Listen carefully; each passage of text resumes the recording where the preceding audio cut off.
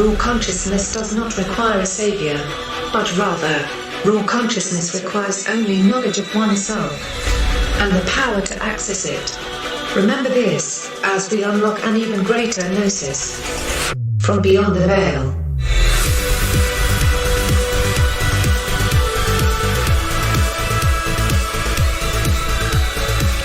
From the Pacific Northwest, good morning, good evening, wherever you may be across the nation, around the world. I'm Chris Gio. I'll be taking you beyond the veil this evening. I am joined by my lovely wife and co-pilot, Mrs. Gio. Good evening, everyone. And we have an incredible show for you today. Thomas Fusco will be joining us here in just a few moments. We're going to go beyond the cosmic veil.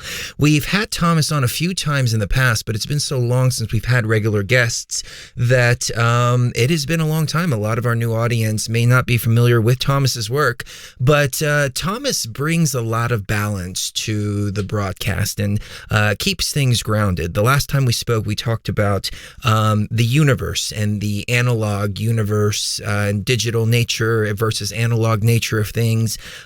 He was very skeptic about a lot of the simulation stuff that we talk about here on Beyond the Veil, which is great because I always like to bring a well-rounded perspective to the table, and Thomas does just that. So I'm really excited to bring him on here in a few moments. How are you doing, Mrs. Gio? Absolutely. We are excited to be taking on guests now. You know, I mean, the last year or so, I think, has been mostly just me and you, right? And maybe a few hodgepodge of guests every once in a while. But for the most part, we've been alone doing the show. So we've had a lot to talk about. Yeah, exactly. And we still have more to talk about, but we're keeping it top secret for now. Yes, we are. So you have to tune in and subscribe to the channel, like, comment, subscribe, and make sure to stay up with all the latest updates because you never know when we are going to reveal this deep gnosis that we have been keyed into. Exactly. You'll get us in small doses. Easily digestible doses. Yes.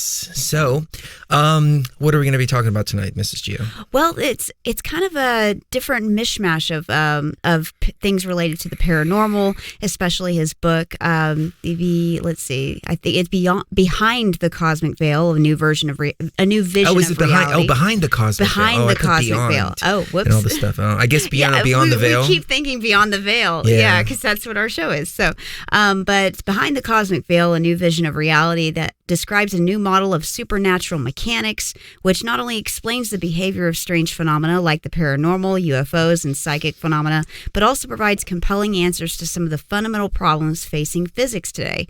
This cosmological model is based in part on a superphysical extension of Einstein's continuous spatial field theory, David Bohm's implicate order, and a fresh new scientific interpretation of traditional spiritual principles. Excellent. So it kind of takes old stuff and mixes it here in just a few minutes. Crystal is giving us props. She said, Chris, dude, you look incredible. So does Cherie. Aww. Thank you very much. Thank you for noticing. I've been doing a lot of work on my body. Cherie has as well. Mm-hmm. And I'm amazed. Here, I can put the side view on the camera here. Look at this. Yeah, there's no belly anymore. Lost quite a bit of weight. If you saw the videos in Egypt, my belly was like out to here, and it's like all gone now. And it just started with that one change in the morning. Mm-hmm. That one change, and that change, of course, was Eye of Life, or CBD oil. That funds the show and also fuels the higher consciousness revolution out there. Yeah. It is the CBD infused with the ayahuasca. And on the last show, I talked about how I was going through a very stressful period over the last couple of months, and once I upped my dose of Eye of Life, it helped significantly, and I feel so much better. And I think you guys and gals can tell from my energy, it's so elevated because I got out of that little weirdness that I was in. But I also started to eat a whole lot less, and I'm not craving sugars and stuff like that anymore. I feel balanced. I really feel balanced, and I started taking things seriously. So taking, myself seriously, and it's paying off. Yeah.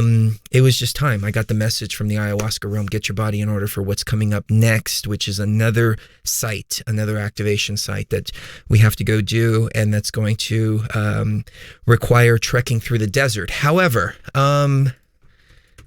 real quick plug for Eye of Life. We still have the coupon code stress-free going on. Yeah, we do. We can get 2 bottles for $69 instead of the normal 99, which is huge. I don't know what I was thinking when I put that out there.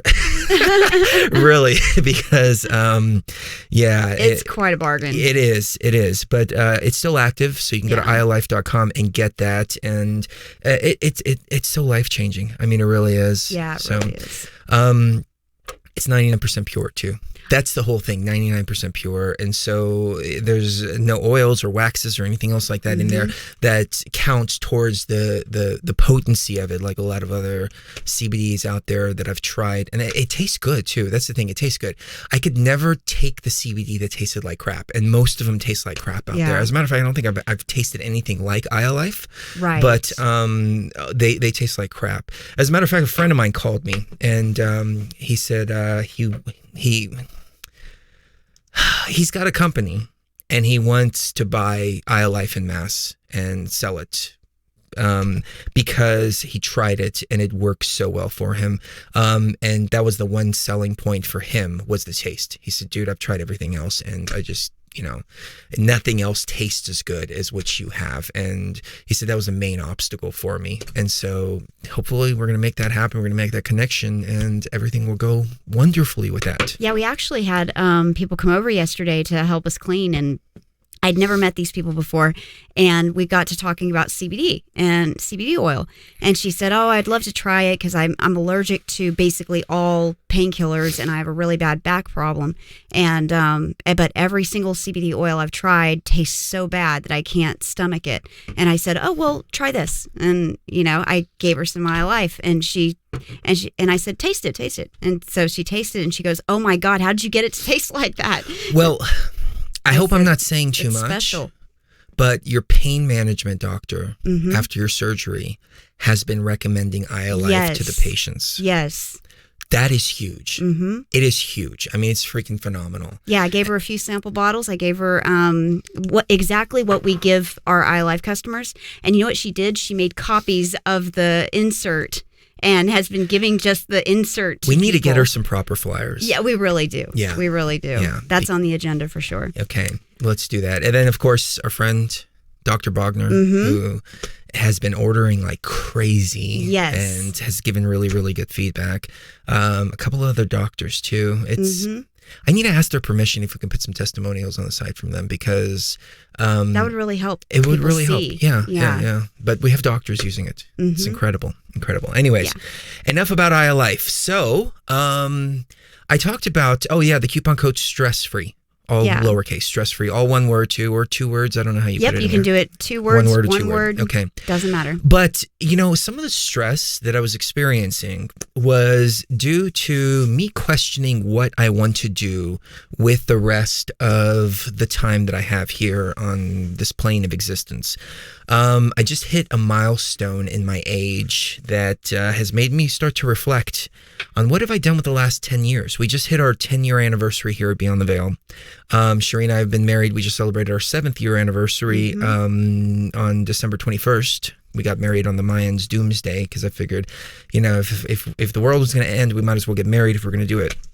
But we celebrated our anniversary, and I started thinking back, and, the journey that we've been on has been... It hasn't been easy. Let me just put it like that. There's been so many revelations, breaking through so many different barriers, so many different illusions. Of course, we started in the truth movement. I met Sheree on Alex Jones's Prison Planet forum. She was a moderator. I was kind of a troll. I've told this story before. But she was assigned to keep an eye on me, and she's still keeping an eye on me to this day. That was over a decade ago. And then, we come to this point and we start breaking the truther stuff, the conspiracy stuff. And, as Crystal said earlier, hey, Chris, you look great. And I didn't for a long time because I lived the truther lifestyle, which was out in the middle of nowhere, no access to good food, nothing like that. I never took care of myself. I just, I better get away from all this Wi-Fi, and I better get away from the Fukushima radiation. I better get away from this and that, etc. And I didn't think to focus on myself, and the new age consciousness stuff even took me to a place where I was focusing on my consciousness all the time, drinking ayahuasca, doing this, doing that, and ignoring the body. When, I was super elevated, super beyond the veil and everything like that in my mind and in my consciousness, but my body was not in line with that. And so, I was thinking about all the trials and tribulations and everything that we've gone through this journey. And one of the big things are the haters out there. And there's a lot of hate, not necessarily just directed towards us, even though there's a lot of hate towards us. I mean, we have some psycho people that give us problems, and they've been giving us problems for like years and years and years and years. It's pretty bad. Like, if I talked about the extent of it, you would probably think that I'm the crazy one, because it's really that bad, which is why I'm like, it's like an embarrassment. These people are like a huge embarrassment in our journey. But, we elevated ourselves and tried to get away from there and try to get away from there. We were on this station. Turns out that the station was involved in all kinds of shady stuff. I knew it. I felt it energetically while we were there. All I knew is that we needed to get away. But it wasn't until like 4 or 5 years later that I realized they were running a freaking heroin operation. Mm-hmm. Like the owner of the station freaking got arrested for manufacturing and delivery of heroin. And I suspected that they did, that there was something like that going on because of some other details and things that I kind of picked up on. But I knew I needed to get away from these people. And we did. And we moved over to another station. That station got taken over by white supremacists, and they were literally getting on air and calling everybody Jews and then snorting. And we had a host that was Bob Tuskin. You remember Bob? Mm-hmm. And he was on the station, and he was Jewish. Mm-hmm. And they were sitting there calling him a Jew pig and snorting. And I was like, okay, this is too much. This is a host on the station. And I talked to the station owner, and he's like, well, it's a free speech platform and blah, blah, blah, blah. I'm like, dude, you don't do that to the other hosts. There's a difference between free speech and so we got away from there. Horrible. We got syndicated by GCN. And I realized, they put us at like 4:00 in the afternoon. And at 4:00, we can't do this type of material. It just doesn't work. This is more like nighttime type of stuff. Yeah. So we found ourselves going more towards politics and stuff like that. And, we got syndicated. We got on different stations and all this. But then at that point, I was like, I need to build my own platform. I need to build TFR. And we did, TFRlive.com. We've got 36 hosts there now. Mm-hmm. But even recently, in this whole consciousness thing that we're in here, like, I'm not just interested in just the consciousness stuff. I'm interested in stuff that's going on, just in general. But it's funny because at the time when we were talking about politics, because we were syndicated on GCN, I wasn't interested in politics because it was all totally 100% scripted. So I had no desire to talk about that. Yet George Norrie would have me on constantly, and he would ask me specifically, can you talk about Iran or not Iran, Iraq? Can you talk about this? Can you talk about that? I mean, I went on Beyond Belief with George Norrie a couple times, and we talked about some mundane stuff. And I'm like, dude, I have so much more to offer than just this politics stuff. So, I realized I was shedding all that out. Now that I am definitely interested in the politics, because the politics is unscripted at this point, people are coming out of the woodwork saying, screw you, you're a shill, you're this and that. I'm like, okay, I guess people don't really want to hear what Chris Geo has to say. They want to hear what they want to hear. And that's what it comes down to. And I found this to be the case. I've also found to be the case that the consciousness movement in and of itself, the New Age movement, has been pretty heavily controlled. And it's not controlled like by some government entities or something like that, even though it very well could be. I don't know. I'm not, but that's not the point of me saying this.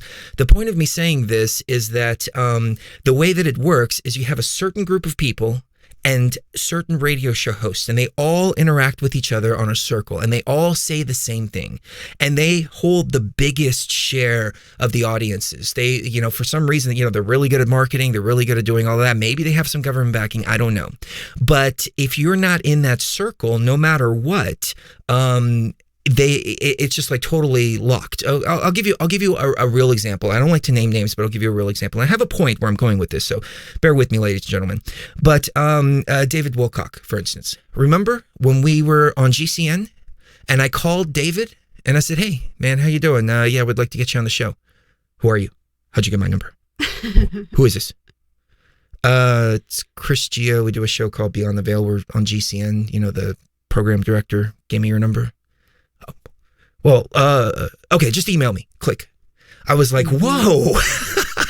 that was very strange. Little did I know later on down the line, the whole situation about Wilcock would emerge with the Ben Fulford stuff and the whole Blue Avian stuff blowing up in his face and, all that stuff. But that's not the point of me mentioning it. The point of me mentioning it is that's how it works. If you're not in the circle, then it's like, who are you? It's like they're not allowed to talk to people who are not in that circle as well. So, man, I didn't want to take it this far, but screw it. I'll say briefly. One of the things about Wilcock that came out several years later was, actually it was Corey Good. There was a forum on Facebook, a group, and somebody in the group was taking screenshots, and they would literally troll people. They would dox people. They would troll people. Anybody talking about blue avians, anything like that, they would dox them. They would do all of that. And when we made the connection between Operation Bluebird and Project Bluebird and the Blue Avian thing and did that whole show, then all of a sudden the crazies came out of the woodworks. Like, it was like some really horrific attacks. All the while, I'm having to deal with Cherie's shoulder stuff, and her shoulder stuff that, she's incapacitated, and I'm having to take care of pretty much everything around here. And a lot of hate that we've endured. And I've always believed in taking negative and turning it into positive, because that's true alchemy, in my humble opinion. So on the last show, I was playing some music that's not Beyond the Veil that I just recently wrote that I was having fun with. I had fun doing it. There were a couple of people in the chat room really hateful about it. And that inspired me to write this song that I'm about to play for you. Thomas also has a little bit that he might share, I don't know, about his experiences too in his field. And if you don't tote the party line, if you don't tote the zeitgeist, then you're basically, ostracized and all of that from the group. So Thomas was like, hey, screw this. And he kind of left for about a year, which I was actually thinking, like, I don't even know if I want to continue doing this, just simply because I have so much more talent. I could do way more than this. And then the number one thing that I always used to get pissed off about was people sitting there, oh, you're all about the money. You're all about the money. Psh, if I wanted to make money, I wouldn't be doing this. Okay, I know enough millionaires to where I could start, different types of businesses and all kinds of stuff like that. There's much easier ways There's to make money. much easier ways to make money. Yeah. So all of this culminated into this track that I'm about to play for you right here. And on the other side, we will be bringing Thomas Fusco on as well. So I hope that wasn't too long of a rant there, but let me just say this. Thank you for letting me get it off my chest, because it's been bugging me for a few years now. And I realize that if we hold these things inside of us, that's how we get these thought loops, because we're holding them in, and we have to release them. And in this particular case, I found music to be a way to be able to release a lot of my BS. So we'll be right back in 2 minutes. My dear traveler, the purpose of raw consciousness is never to destroy. It is always to create. Build bridges. Create happiness. And bring forth new life. We must live in the hope that mankind will draw together. And that we better understand each other. The more that we awaken, the easier this will become. Now rise. Follow your conductors. And fear no danger. As you step beyond the veil.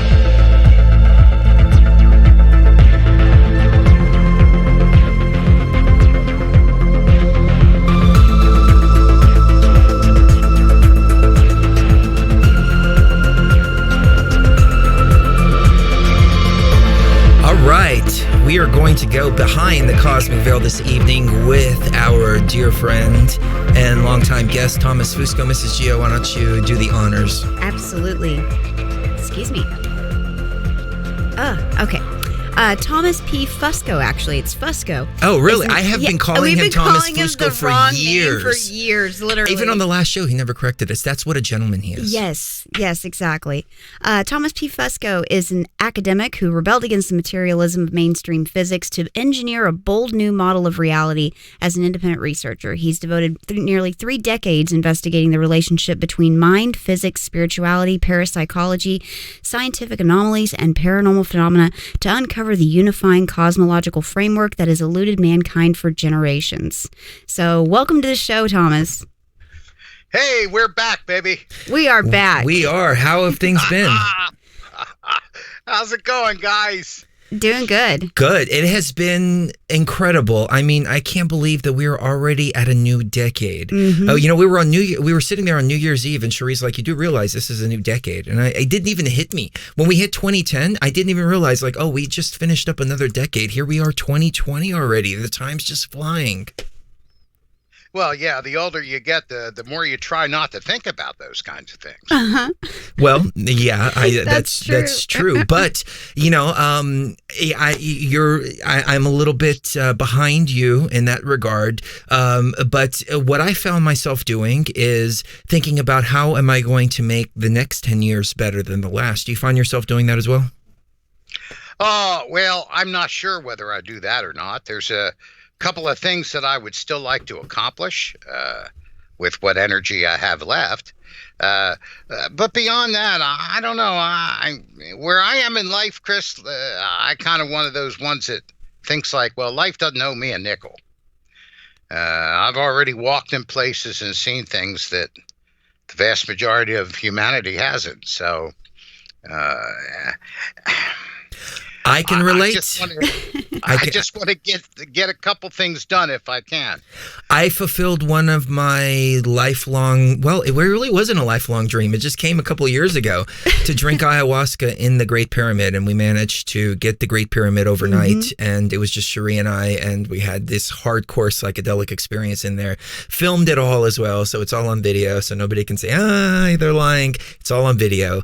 But it was tremendous. And now I'm like, okay, well, I have all this time left. What do I do with it? Oh, well. I mean, I kind of hit the pinnacle of consciousness expansion at that point. But I think what it comes down to, though, is the older we get, the wiser we become. And I've been kind of, I guess, maybe a midlife crisis lately.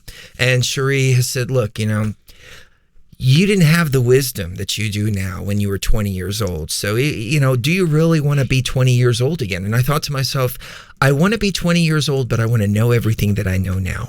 Well, that's perennial. That's proverbial.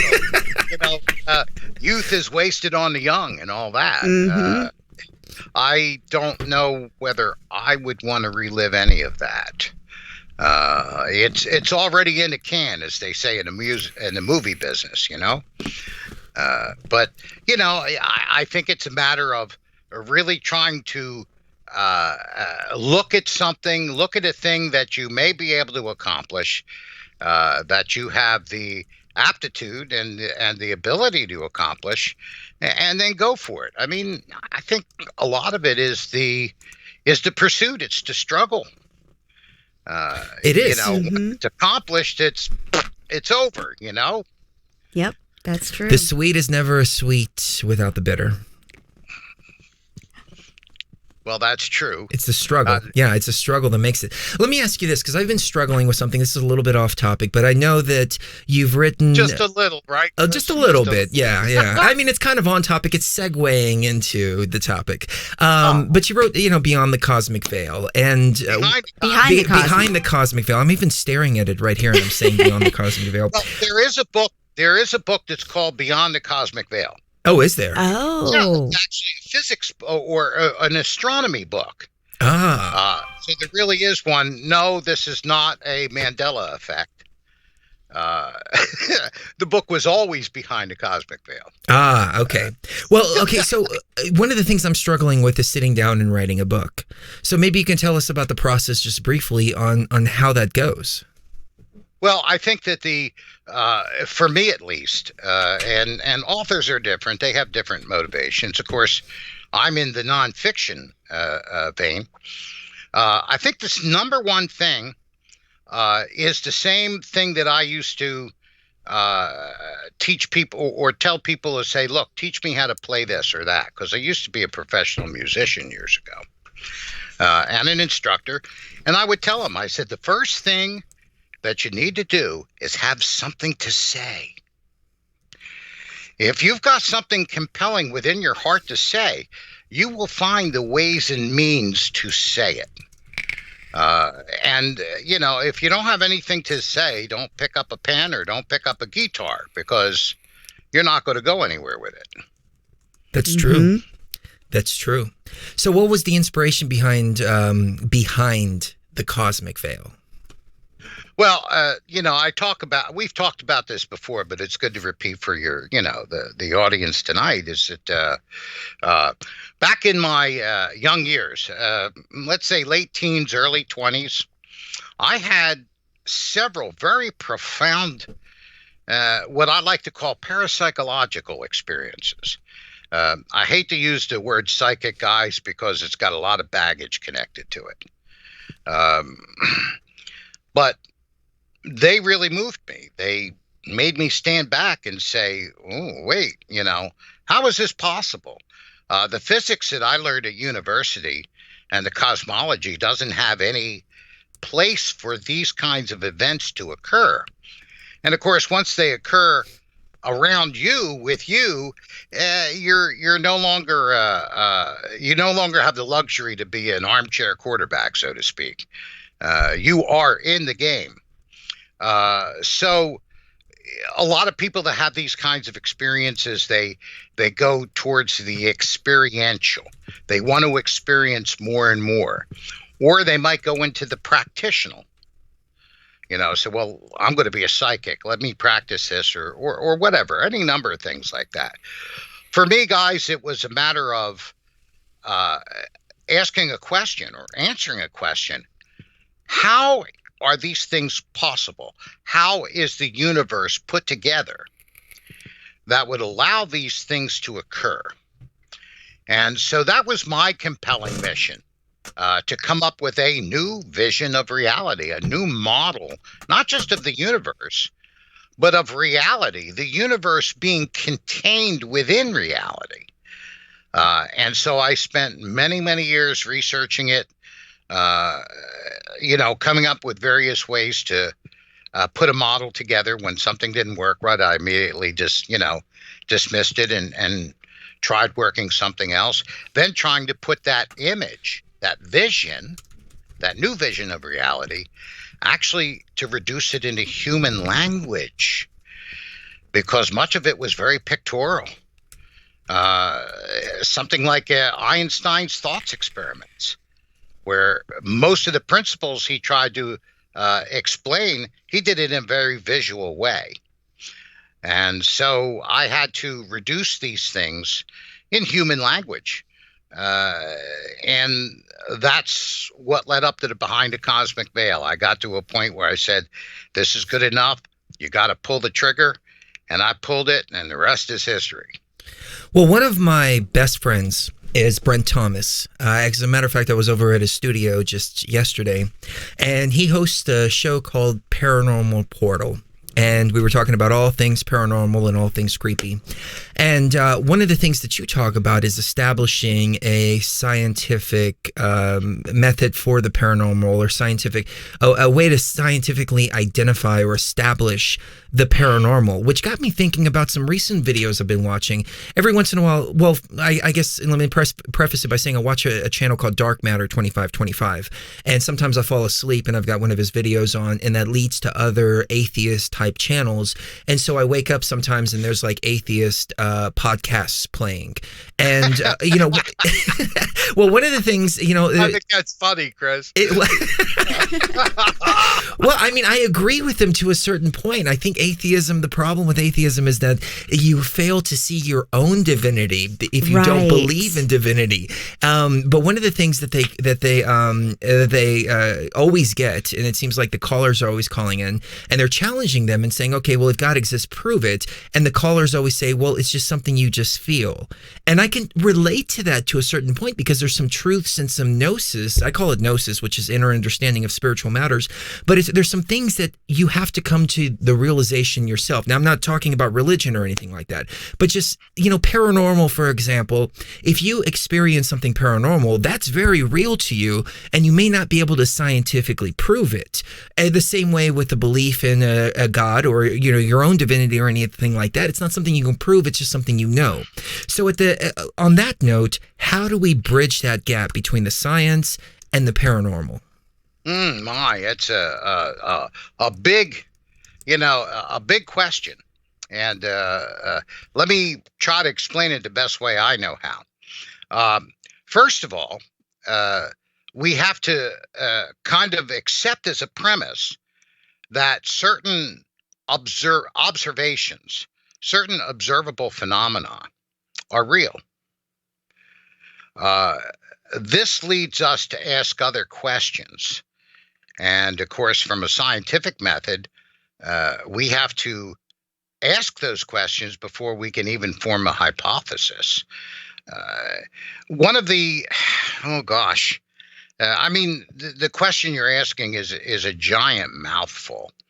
I would say this, and I give this example sometimes, Chris. I think I even mentioned it in my book, is that for centuries, millennia, that human beings observed geological phenomena like earthquakes and volcanoes. And over millennia, we've collected a lot of information about them. We knew how they behaved. We knew what the manifestations of them were. But nobody really knew what the underlying cause was. And that puzzled even scientists in the first half of the 20th century. Nobody really knew how it worked. And then a couple of very brave and creative geologists resurrected a very old idea, the idea of continental drift. Now, mind you, up until even the mid to late 50s, a geologist could be banned, blacklisted from the industry, from the trade, from the profession, for professing a belief in continental drift. People don't remember that, or they're not very much familiar with what that industry or that profession was like. So from that concept, they formulated a hypothesis, which today we call plate tectonics.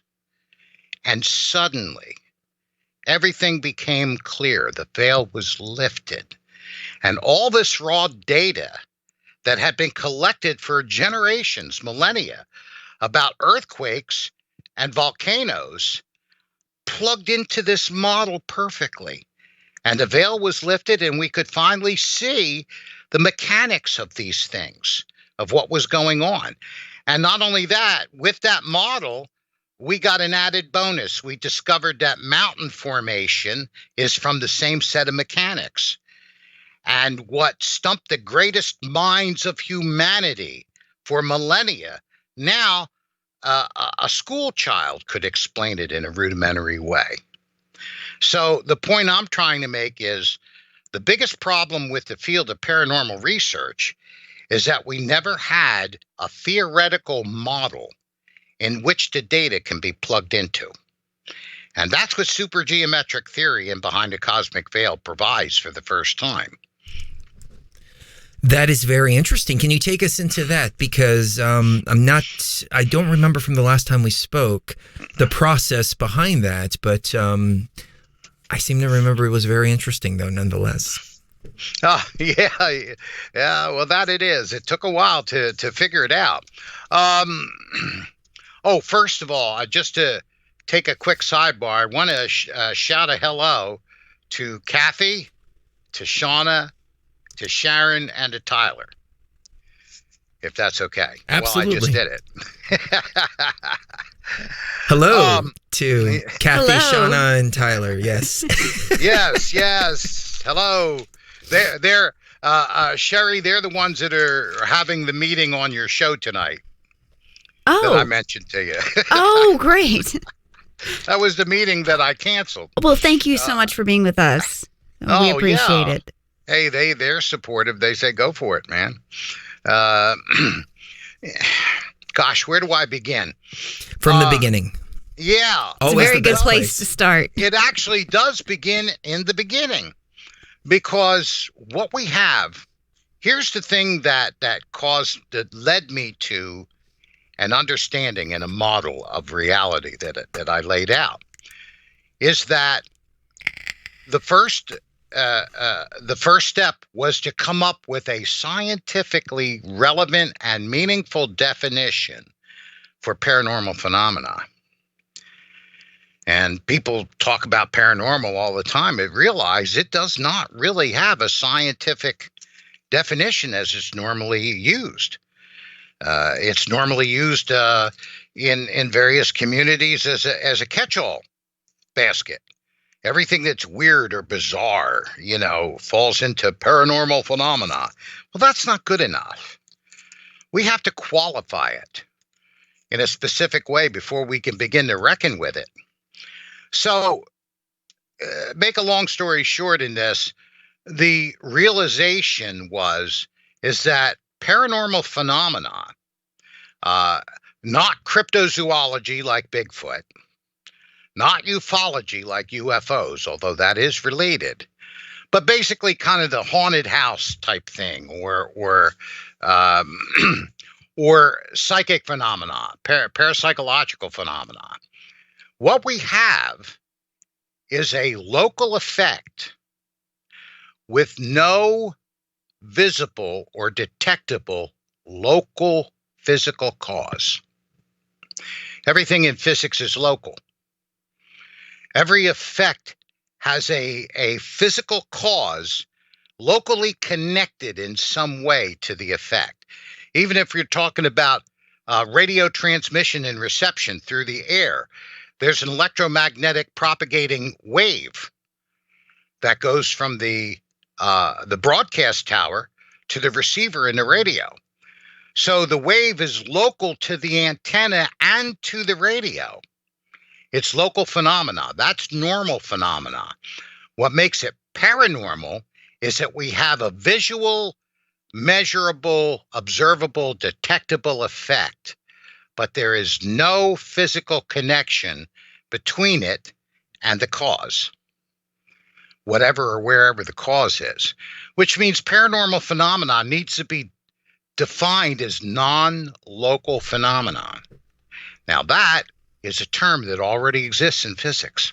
Well, let me ask you this. What do you make of this situation here? When we used to live in this house out in the middle of nowhere on a lake, and we had two different people come over, and one was our cleaning lady, the other was my sister. I didn't tell them anything about any of the disturbances that we were experiencing in the house, and both of them came to me and asked me while they were there, do you have a ghost in your house? And I said, yeah, I think so. Why? What happened?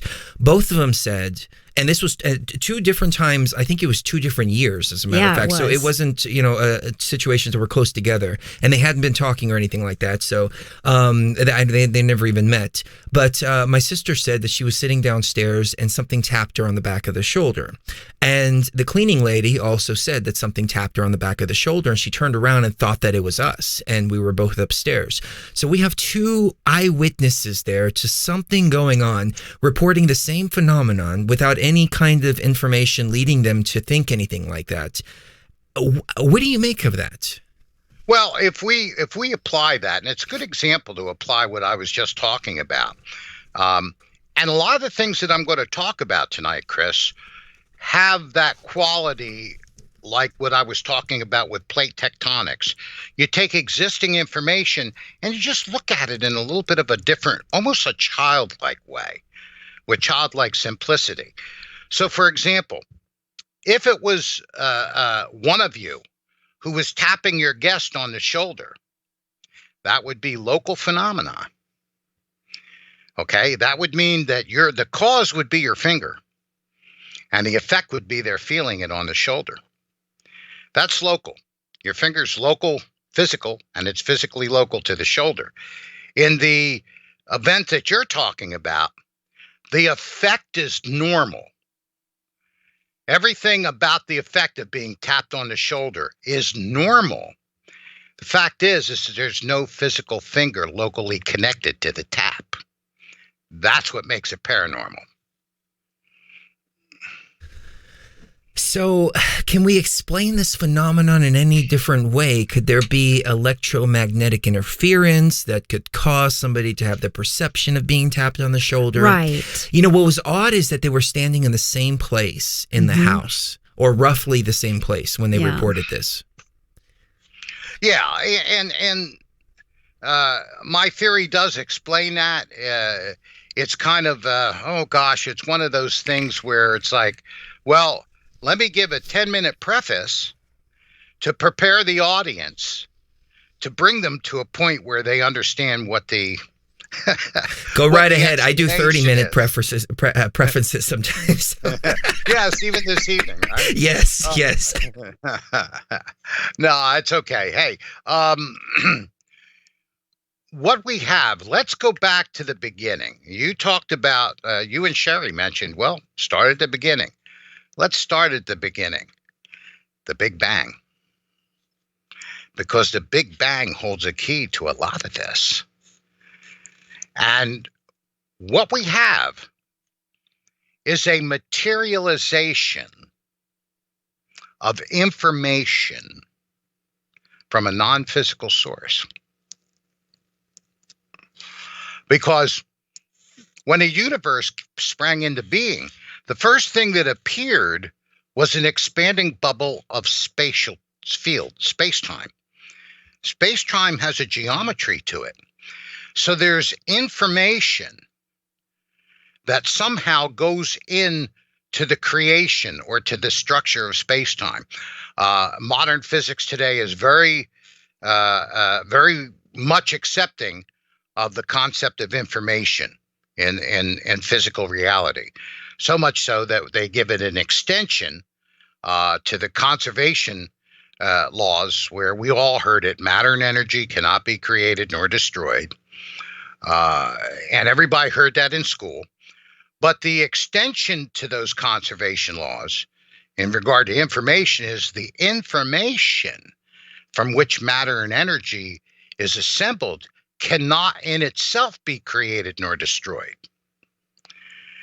So that means that the early universe was a materialization, made material, made physical, from a collection of information that was not yet physical. It was stored somewhere outside the physical, which is, kind of a little bit challenging to conceive, but that's what we have. Now, in the early universe, the primordial particles like neutrinos, they all began to materialize in the universe all at the same time. There was no parent or mother neutrino that some trial and error process brought about that then in turn gave birth to all other neutrinos, which means the blueprints for those particles pre-existed their physical manifestation, their physical materialization.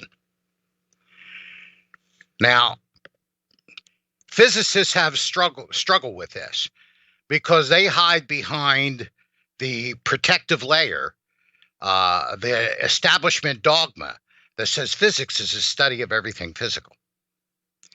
So since you're talking about something pre-physical, we really can't study it. It's outside of our jurisdiction. And that's the cop-out. I was just going to say that is true, because something had to be there before the Big Bang. But if that was the beginning, well, then what happened outside of it? Where did the Big Bang occur? At what space? There's all of those questions, and it seems like we just kind of hit brick walls at those points as well. Because it's a chicken versus egg argument. What came first, the chicken or the egg? Maybe the universe is an egg. And there's something outside of the egg and everything existing within the universe. I mean, they even, I want to say it was the Egyptians who used to say that Thoth the ibis came and laid an egg. And now the scientists are saying, well, the universe is kind of egg-shaped. And it's funny. It all kind of coincides with the ancient philosophies and ancient tales.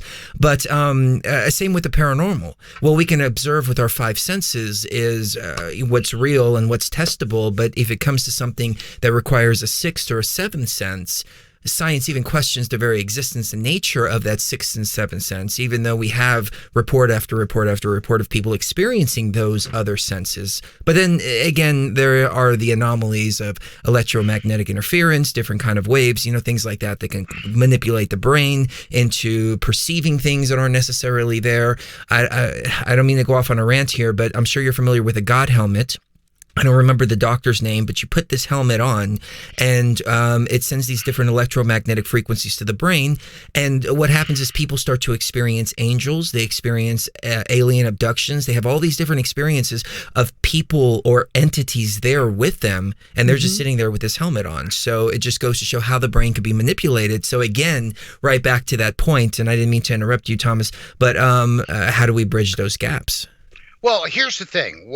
This is what the problem has been, is that these mysteries, at least in the alternative communities, New Age, paranormal, whatever, have been largely based on philosophical speculation.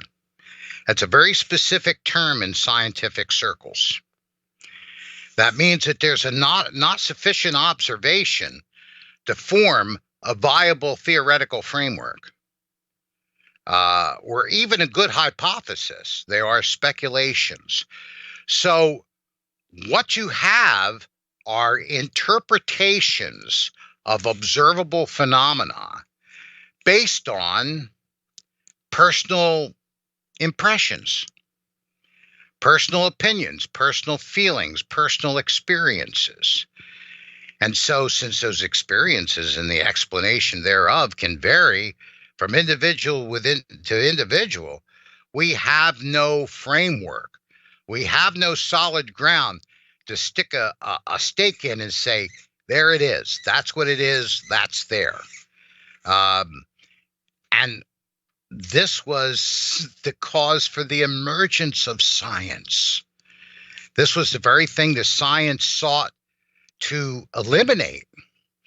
And so, like, say, let's talk about the earthquakes and the volcanoes again.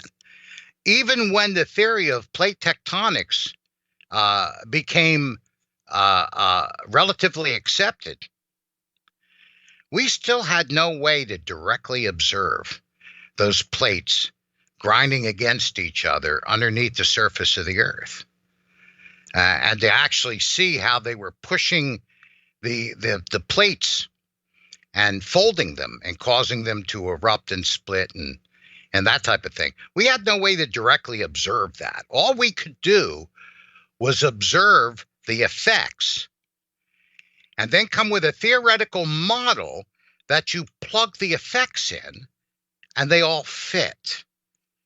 And the model is consistent with itself and answers the pertinent questions posed to it in a consistent way. This is what scientific theory is. Now, of course, the alternative communities toss around the word theory like water, when very few of them understand what the scientific definition of theory really is. It's a high criteria. A theory is a structure of different facts and ideas put together to make the whole. That's the best way that I can describe it. But it does something more than that. Yeah, and that's a decent way of putting it. That you take all the observable data that's related to the area that you're studying, and then you hypothesize a structure, a structure in which all these fit in and work together and answer the questions that are posed to it about the various observations that are plugged into it. But it does something that that hypothesis and speculation cannot do. It makes testable predictions.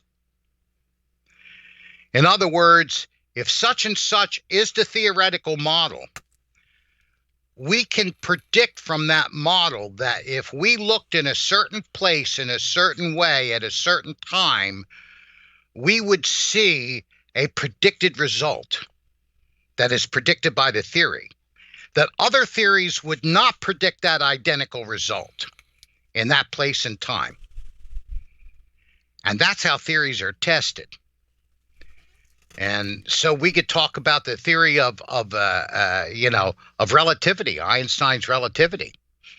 And it's the most famous one, where he predicted that because of his theoretical model of the curvature of space, that during a solar eclipse, that a photographic team being able to shoot pictures of it would be able to see starlight from a star behind the sun, on the other side of the sun relative to us, actually appearing on both sides of the sun.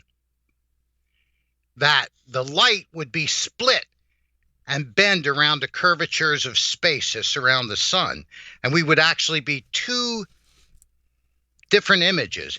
And moreover, he predicted from that theory that there would be a 1.75 degree displacement of that light compared to an identical photograph of the same area of the sky at night without the sun there, without the sun being present.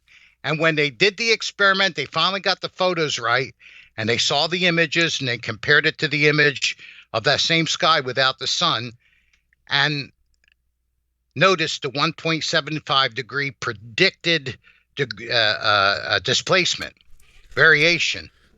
Albert Einstein became the most famous scientific man in history. He became the man of the century. He changed the world. That's what scientific theory does. All this garbage that they got in all these other speculative fields is not scientific theory.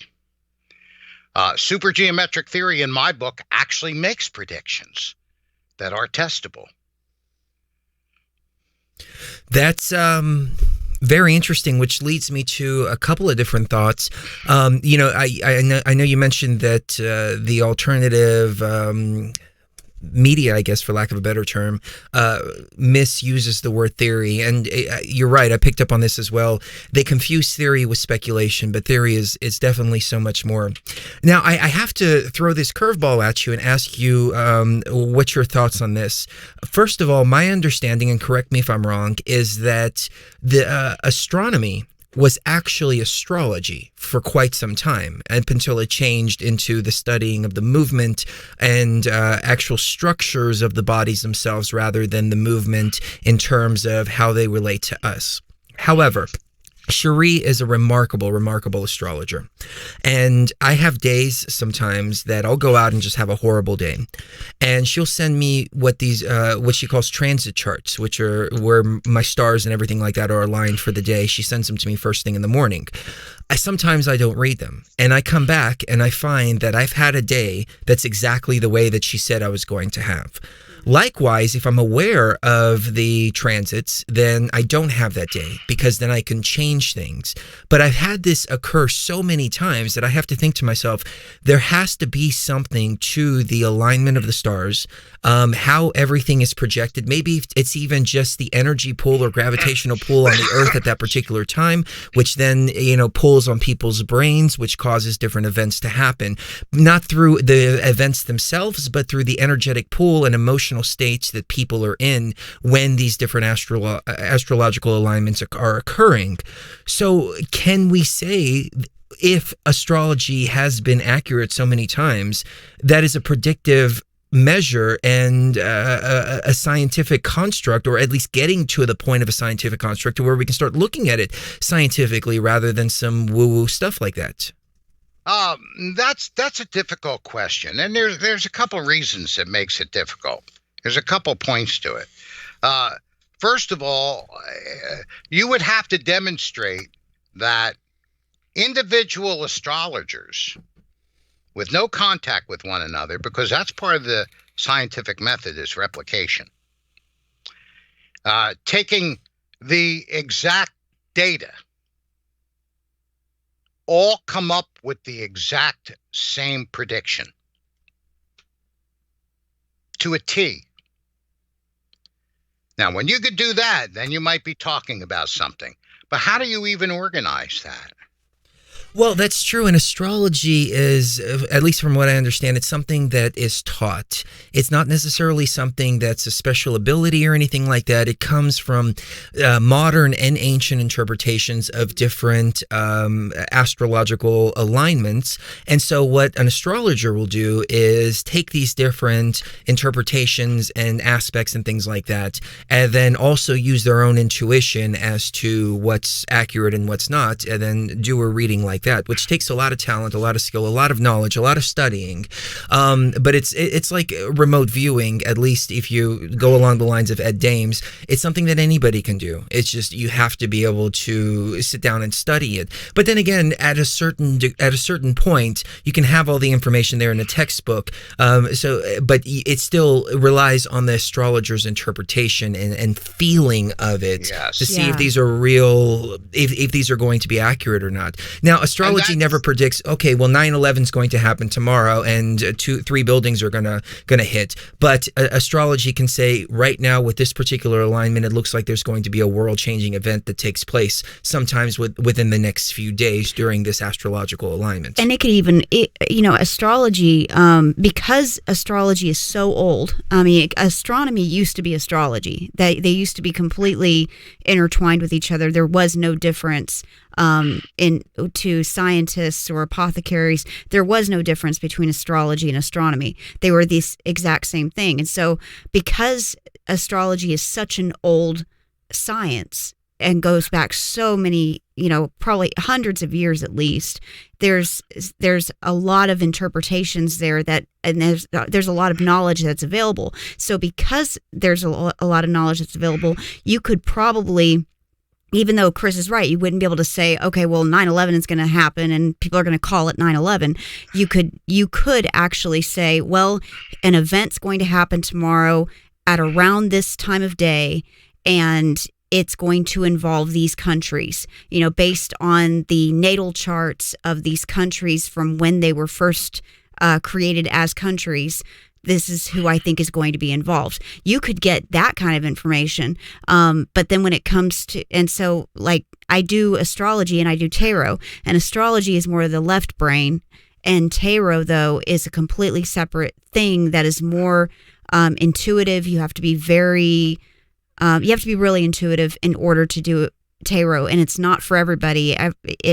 You kind of have to have a gift in order to do tarot, but astrology is one of those things where it's more of a science. If I can say this as well, they pulled the royal baby out like 2 months early or something like that. Yeah. So it would be based born on astrology, on a particular time and date based on that astrological alignment. And Chinese couples often will induce labor a month early or even 2 months early to if they want the child to be born during the year of the dog instead of the year of the pig, or it's astrology really has a lot to do with the way people's lives turn out, what the blueprint is. Yeah, I mean, you did the natal chart for me, and the thing is, there was so much accurate about the past that nobody knew about that was in the natal chart that I have to think, well, the future is also accurate as well. But it's the knowing of that future that we can change it. Otherwise, we're slave to the stars. Anyways, I'm getting a little bit off point. The point is, though, do you think we can bring these kind of things into the scientific realm? Or in a will quantifiable way. Yeah, or will they always remain as woo-woo topics? Well, here's what the challenge is. And some of the things that you are mentioning plays a role in this. You spoke about intuition. That is a data set that lays outside of the astronomical data. So how can you make a testable prediction based on astronomical data when you're using a data set that lies outside of that? That is in addition to that. That is a good point, yeah. Mm-hmm. Again, you guys know, this is why you have me on the show, that I stay rooted in science. I do not go into the feathery realms. And I oftentimes have to reel it back in to something that's more concrete. The fact that people plan their behavior or certain actions based on astrological charts has to do with people's intent and their belief in it. Doesn't have to do with the accuracy of astrology itself. There are people who have predicted future events that don't use anything, that don't use astrological charts. They don't use tarot cards. I would argue that tarot cards have nothing to do with astronomical bodies. No. Those are two completely separate things. I completely agree with you. It's just something if you had those two different sets that came up with a same prediction, and bear in mind, we're actually slightly misusing the word prediction when it comes to scientific theory. But let's go with it because that's what people understand it to be. When you're using two different sets of medium to come up with a prediction, how do you determine which one is accurate? All you could do is wait till the events pass and see what happens. And at that point, the tarot is no more or less of an order, of a structure, of a theoretical structure than the astrology is. We have a lot of science involved with the prediction of weather, but we can only take it so far because there are many more variables than we can actually observe and measure. So, yes, I would say it probably does lie outside the field of science. And it's difficult to see how it could be made to conform with the scientific method. I think we're getting to a point now, though, that the esoteric and the woo-woo and the science are starting to come together, because it seems like this new generation here, the kids that are like 19, 20 years old, they're completely and totally tapped in, at least the ones that I've interacted with. Some of them are, still out there, and their brains, it seems like their brains have been sucked out. But, we're getting some donations in the chat room. I wanted to say thank you real quick to M. Hawkins, and Anita. To Anita, and to Gennaro. Thank you very much for the love that you guys and gals are sending. On Etsy.com, you can get each of the Meow Meows a pillow or Sharpa to sleep on and have their names put on it. Oh, okay, we'll do that with the donation. M. Hawkins sent a donation last time for the cat tree that's here in the background. So, yes, thank you, M. Thank you, M, for sure. So back to the topic here, which I completely lost my train of thought. The kids these days. So some of them are just completely and totally tapped in. And it seems like they're starting to bridge those gaps, and they're thinking in dynamics that I never would have thought of, and I'm not even thinking of until here where I am in middle of life now. It's like they're starting where we are now, and they're just going to continue elevating and elevating. So I really think that the two are going to start to come together. Well, let me ask you a question first. It relates back to something, Chris, that you said in passing about getting a predictive chart or whatever they call it from astrology, and then you talked about changing the outcome. Mm-hmm. doing things different to change the outcome so that we are not victims of the stars or words to that extent. Slaves to the stars. Sometimes the stars are good. Sometimes the stars are in our favor, and we don't want to go against those. But I'll give you an example. In the natal chart, it said damage to legs, accident from horses. And it said it about 15 different times, which is kind of an indication, stay the hell away from horses.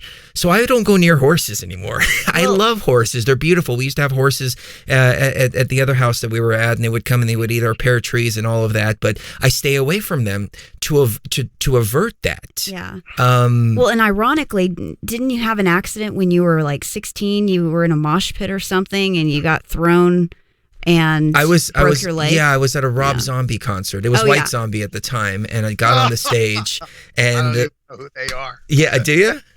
No. Oh, you don't know who they are? Oh, okay. No, the only zombies I know of are the ones poking their thumbs at the cell phone there. Rob Zombie. Rob Zombie's also made a bunch of movies, horror movies. I don't know if you're into horror movies, but look up Rob Zombie movies if you are. The guy is excellent at horror movies. But anyways, so yeah, there were a lot of things in the chart. We had this person, one of our listeners, they were going to come out and visit us for a little bit, and Cherie did a natal chart for them, and she didn't give her any information whatsoever. And in the natal chart, it said, a blind reading, in other words. Yeah, completely blind reading. In the natal chart, it said house fire over and over and over and over again. And when she got the chart, she said, this is incredible because I've had about 6 house fires in my life. And it wasn't necessarily the house that she lived in, but she owned properties, and the properties would catch fire. Right. As she was on her way to our house, a property that she owned in LA caught fire, and she wasn't able to make it. Right. So I don't know how to explain that. Exactly. Well, again, you're talking about a situation where parapsychological phenomena could be taking place. Now, my theory does accommodate that, what people call psychic phenomena, telepathy, remote viewing, that kind of thing. So again, now, if this same model was cast with the exact same information from 10 or 20 different astrologers, and they all came up with the exact same thing, then you'd have something. Otherwise, you're relying on a data set that lies outside the astrological information. If you follow what I'm saying.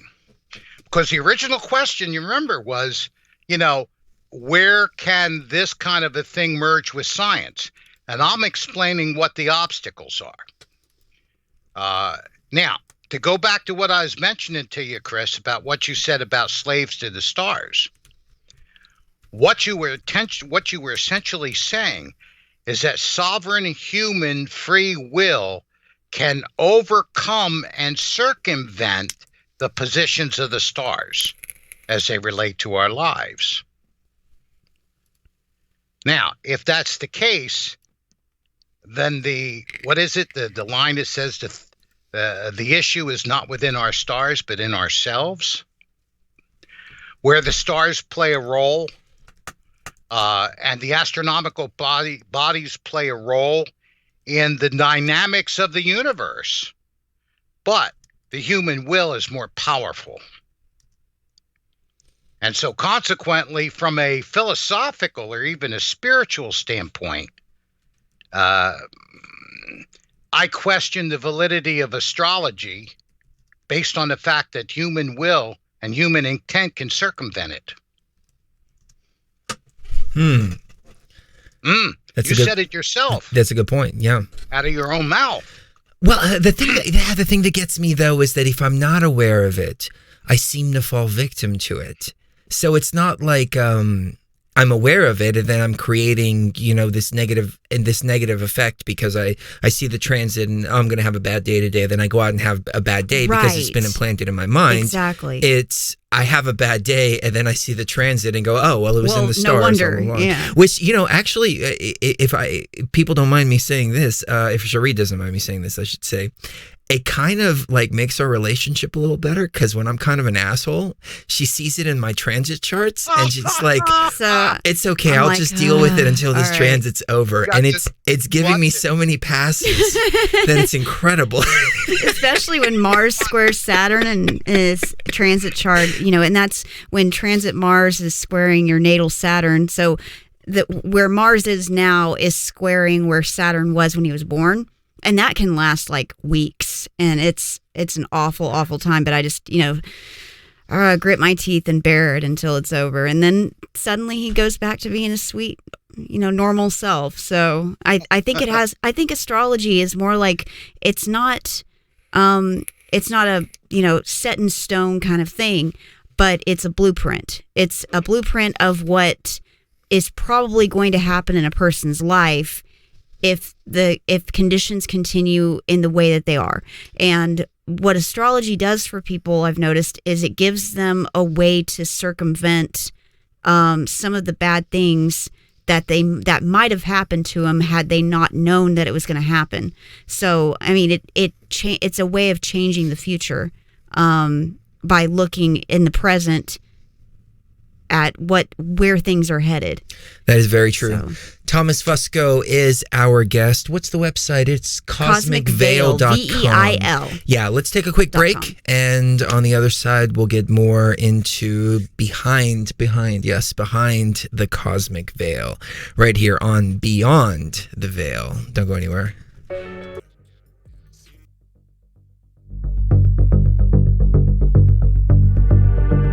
Fellow travelers, always remember to walk uprightly and circumscribe your desires as we travel upon the level of time to that undiscovered state of consciousness, traveling to the place where once obtained, no traveler returns. The place of raw consciousness which awaits us when we are past beyond the veil.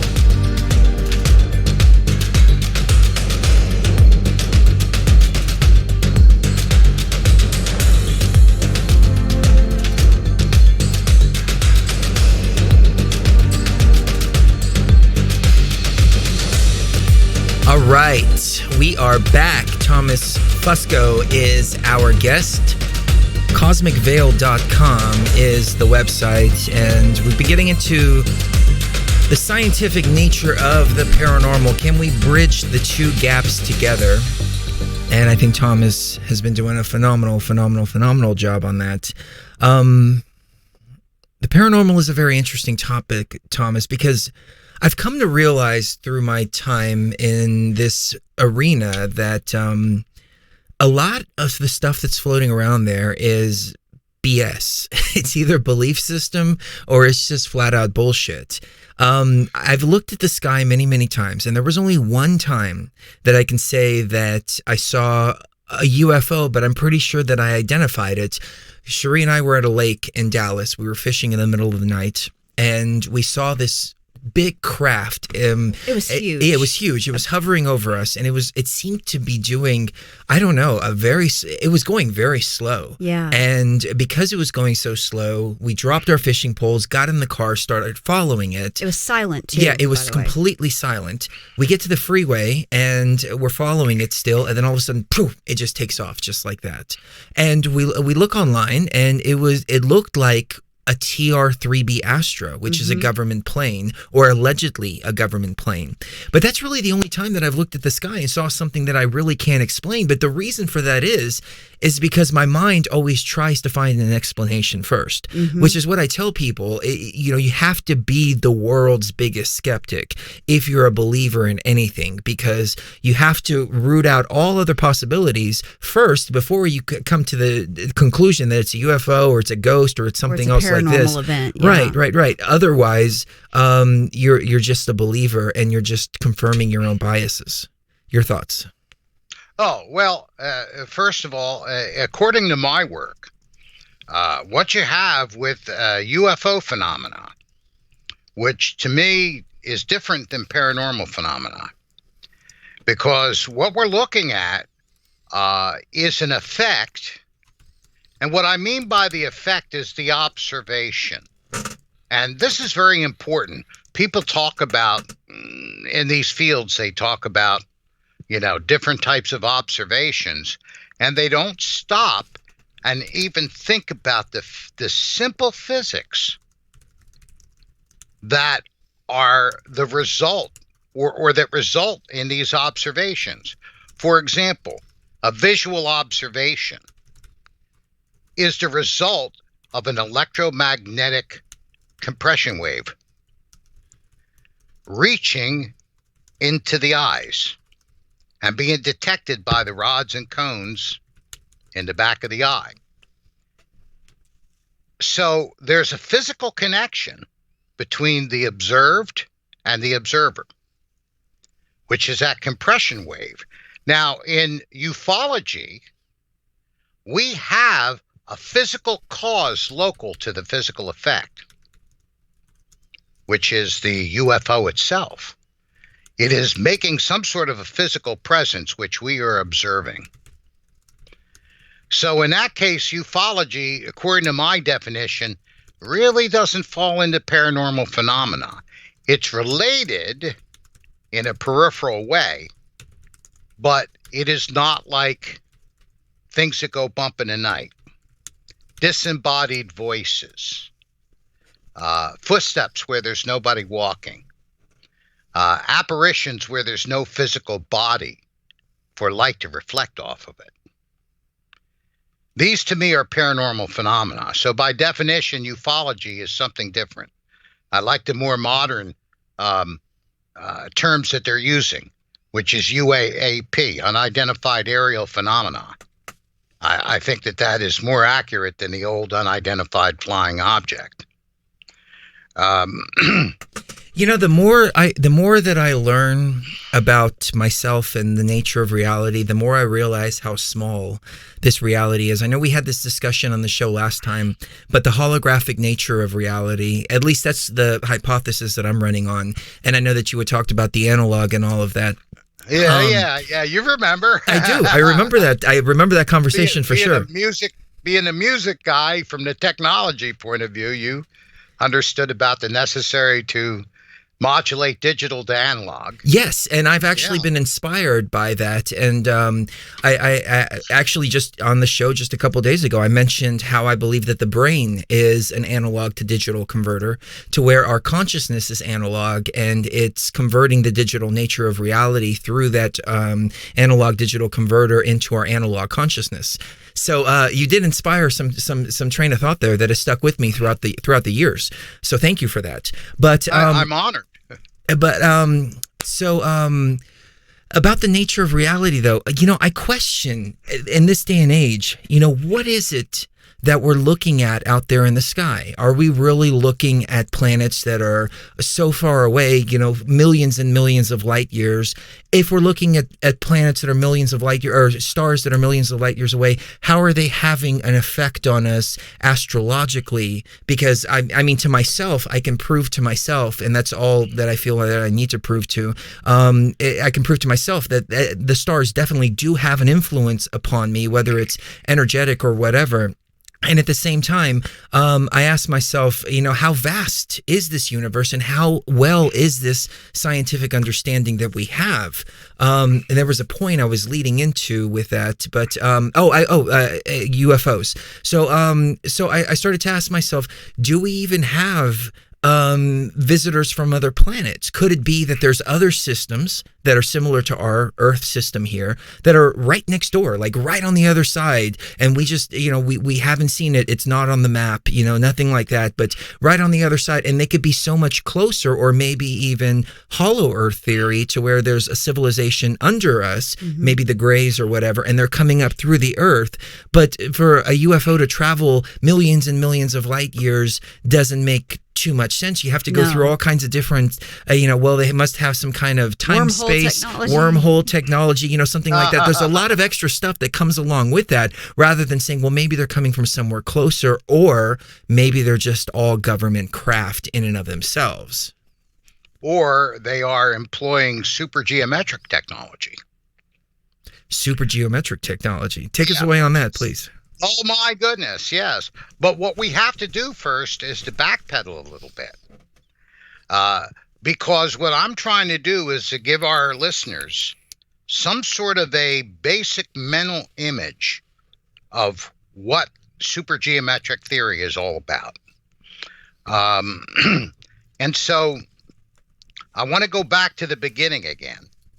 And this will give us a lead in to what we're talking about with possible aliens visiting, our section of space from a remote distance away, which supergeometric theory allows for. We were talking about the Big Bang, beginning of the universe. And although there are a number of speculations and other hypotheses about the beginning of the universe, data that we collect over time has increasingly confirmed that the Big Bang theory is the most probable answer as to how the universe began. And of course, in science, we talk about probability. That being said, what I was talking about was information, the idea of information, which is fundamental to the modern understanding of reality. It is something that in the paranormal field is almost completely ignored or completely ignorant of, in shocking, shockingly absent in their thinking, because information is what causes the materialization, or the order of the materialization of reality. We know that about underlying information. One of the problems with the Hawking model of black holes is that it destroys information. Information goes in, but it doesn't come out. So it violates what they call quantum unitarity. We really don't know what happens in black holes. But anyway, to get back to the main point, what we have in the beginning of the universe is a materialization, made material, made physical, that originated outside the physical. The information could not have been physical because it gave rise to the physical. It pre-existed the physical. This is why modern science doesn't like to talk about this area too much, because it starts implying an intelligent, ordered creator with an intent. So they don't like to go here. I remember at one of the symposiums, I sat down with a woman and talked to her for about 20 to 25 minutes. She had an astrophysics degree. And I was talking to her about my theory, and most of the time she was kind of open-mouthed. And she finally said to me, "Tom, you don't know how many mysteries in astrophysics that what you've said in the last 20 to 25 minutes solves and provides a meaningful answer for, because you've never taken the courses. You don't even know the problems you're solving." And information was fundamental to that. Now, let's take a look at this. This is information from nothingness, no thing, because a thing is dimensional, it's physical. And that information, through some natural cosmic process, or whatever you want to call it, materializes into its physical equivalent. That's very important. So the universe itself was a paranormal phenomenon because it was a materialization of non-local information. Wow. The information couldn't be local because there's nothing physical to connect it with the materialized physical. So it's non-local. And this was one of the keys that cracked the entire egg open and lifted the veil. Because when you look at paranormal phenomena like hauntings, supernatural phenomena, what we see is the exact same process. A materialization of information into its physical equivalent from a source of information that is not local to the physical effect. It's the exact same process that brought the universe into being. Here's the thing, though. If we go along the lines of computer simulation theory, to me, that bridges all the gaps. Who created it? Why was it created? How was it created? We're inside of a computer simulation because we created it ourselves. We are the creators of this computer simulation. How did the Big Bang happen? The power button was pressed. And all of a sudden, boom, all of the electricity went through the circuit boards and fired up this whole reality that we find ourselves in. And what's interesting is that we're replicating that technology now here in this space. We're creating virtual reality, virtual simulations, simulations within simulations. We're at the infancy stages right now of this technology, but pretty soon we're going to plug ourselves into these virtual reality machines, and we're not going to know the difference between this world and the simulated world. So I don't know. I'm just throwing that out there, but that's why I find that topic so fascinating. Well, here's what the problem is, and one of them has to do with what we talked about on a previous show, Chris. And this has to do with this modulation demodulation. This is where the difficulty lies. First of all, we have enough data to understand that the universe existed and its processes took place long before human beings came on the scene. And number two, our universe is analog. Now, we already know from our own experiences the difference between, let's say, storing an LP, a long playing record, in an analog form on vinyl, as opposed to storing it digitally, where it takes up a minuscule amount of physical space as compared to the vinyl record.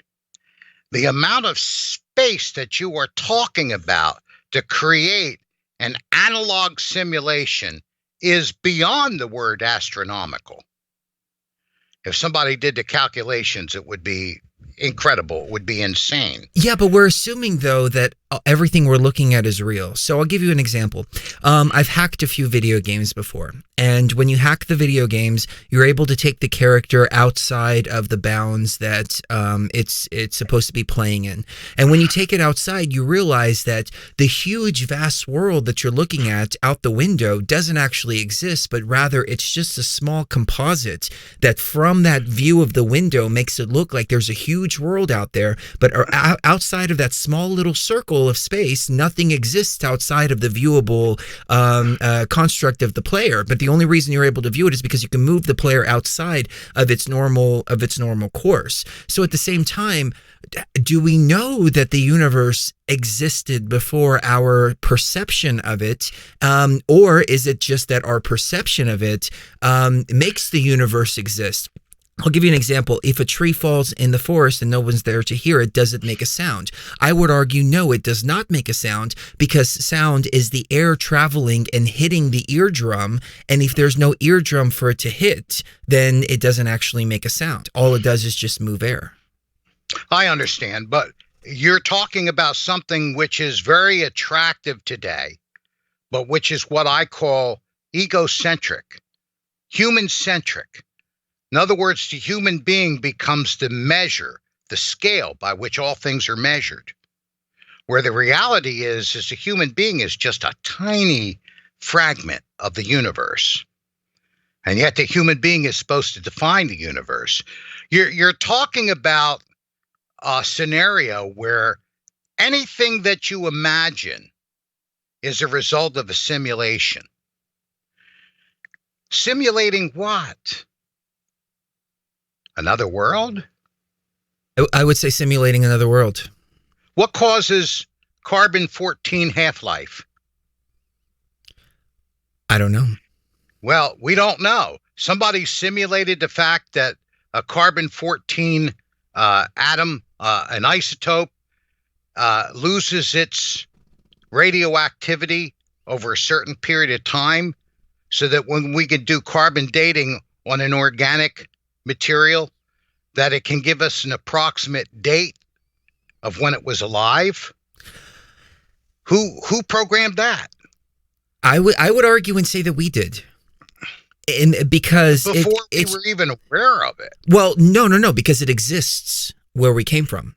So we created a simulated reality that mimicked our real reality.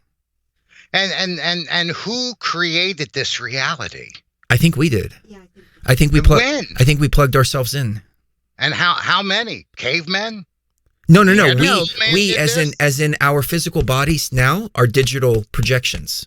Right. It's digital projection. It's like a virtual reality. You're sitting there playing with a headset on, and you're immersed in this other realm. You have a new body. You have all of this while you're inside of the game, but your body's actually essentially laying in stasis somewhere, experiencing all of this. Where is the analog converter? The analog converter would be if you're immersed inside of this machine, then it would be like the virtual reality headset. So that would be the first analog converter there. But then our consciousness would be what's real or what's analog, immersed inside of this digital world. So the converter would actually be the brain. Because without the brain, I was just about to say it would be the brain. Machine? What is the machine? What is the machine you're talking about? We're inside of the machine. Yes, what machine? Well, our consciousness is inside of the machine. Right, our consciousness is inside of the machine that's creating this. What machine are you talking about? The machine that we're inside of. But let me have to define it in some way. Yeah, but let me give you a real world example, or this world example. There's something called the D-Wave computer, which is located in P-Tech. And the D-Wave computer is a bunch of supercomputers that simulate realities. And it's in question whether people are immersed in them or not, but it's a bunch of simulations that are being run so they can predict the future. They can predict how people are going to react, which what we have come to the conclusion or hypothesis of is that all of the information all around us, whether it's Skype, cameras on the corner, cell phone transmissions, literally everything is being monitored and fed into this artificial intelligence machine. And they're using this to run certain simulations. Okay, if they do this, then what's the most likely outcome to be based on the simulation that they're running? So you take that. We're seeing the technology born right now here in this realm. So I have to ask myself: is it an as above so below situation to where we can actually be inside of here? I like what Elon Musk said. He said, if the universe is as old as we think that it is, and there's so many civilizations out there that, as we believe that there is, just based on the vastness of the universe and how many planets are out there, there's a 1 in a billion chance that we're not in a simulation. Right. Because some advanced alien species would have created a simulated reality by now. And I thought to myself, that is very likely. If the universe is as old as we believe it to be, we're only 4 billion years old here on Earth, 4.6 billion years old, but the universe is much, much, much older. Right. So those older civilizations, if we've created virtual reality technology now in the short amount of time that we've been here, imagine the technology that they have. Right. So it gives you a lot to think about. Yeah. But yes, you're going on a philosophical speculation. And what you're doing is starting with a speculative premise and building a supposedly realistic model based on a speculation. We see a lot of people in the alternative fields that do that kind of thing. You mentioned a guy named David. What was his name? Elon Musk. Oh, no. David Wilcock. Yeah. I actually watched him as he was making a presentation and said... I'm sorry to hear that. All right. Now, I'm sorry. Well, I walked out. Our apologies. I had to walk out. All right. And this is the first time I'd ever heard of the guy. And the thing that he said that sent me in a loop was that scientists have reproduced DNA in a test tube. That is the evidence that aliens genetically manipulated us. That's a giant leap of faith. So let's get and basically from my ears, you're talking the same kind of logic that he was. I mean, it's possible. You're trying. It's possible, but I'm trying to bridge gaps that seem unbridgeable. I'm trying to answer questions that seem to not have viable answers. And this is the problem that I have with the Big Bang Theory, is that we could never answer the question, ever. It's like an unanswerable question.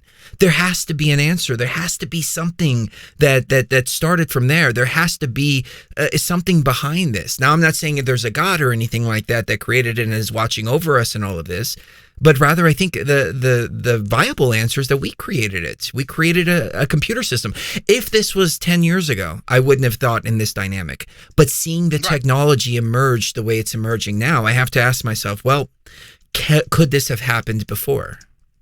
I think that what you're doing, Chris, in all due respect, is loose thinking.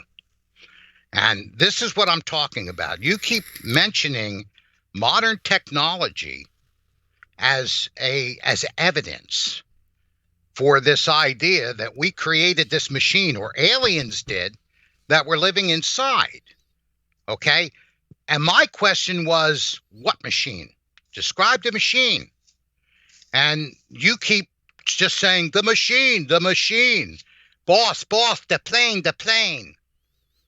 The reality is that every piece of technology that you're mentioning, we know exactly how it works.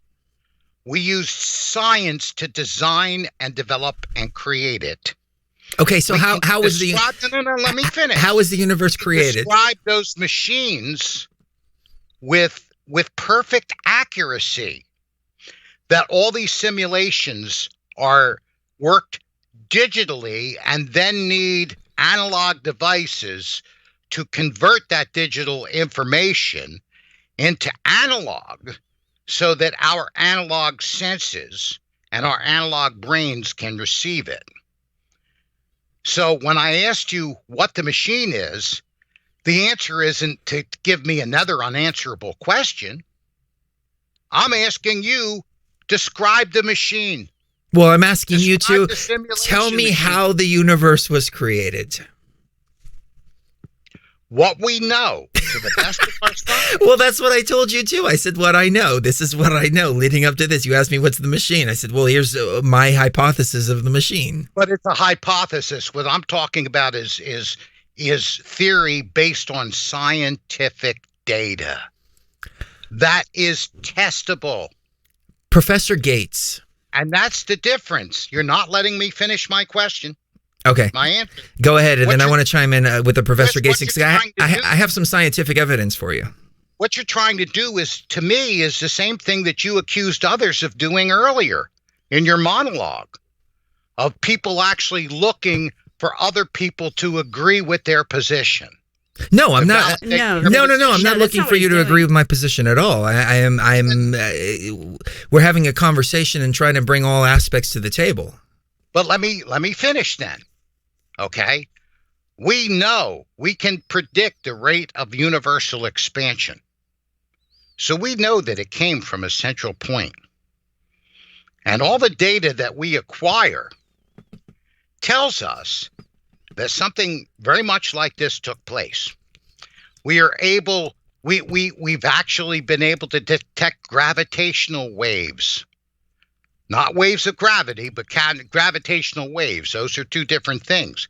That was a recent confirmation based on Einstein's theory of relativity, that space is like a fluid. But we also know that we have cosmic microwave background coming from a centralized source. These are not speculations. These are not just wild imaginative things. There's a lot of science behind it, and there's a lot of verifiable and repeatable data where one laboratory or one observatory observes a certain thing, another observatory goes and they confirm it. We observe the same thing. We're measuring the same thing.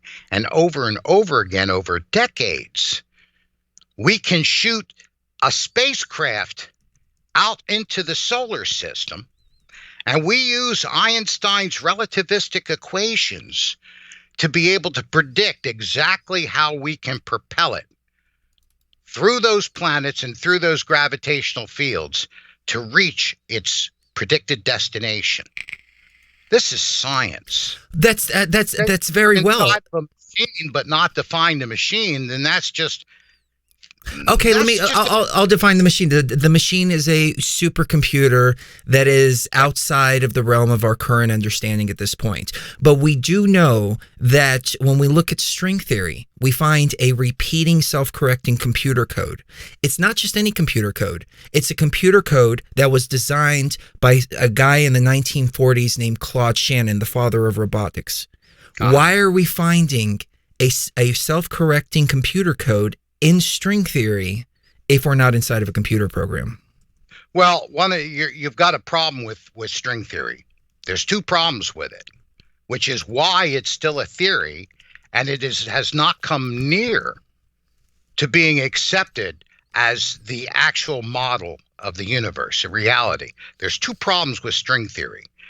We cannot define how the extra dimensions, whether you're talking about the 10 dimensions or 11 dimensions of string theory or the 23 dimensions, mathematical dimensions of superstring theory, we cannot define how those are folded in our 4 dimensions of space-time. No one has come up with an answer. They're just giving a mathematical formula, but they cannot answer how it works in analog.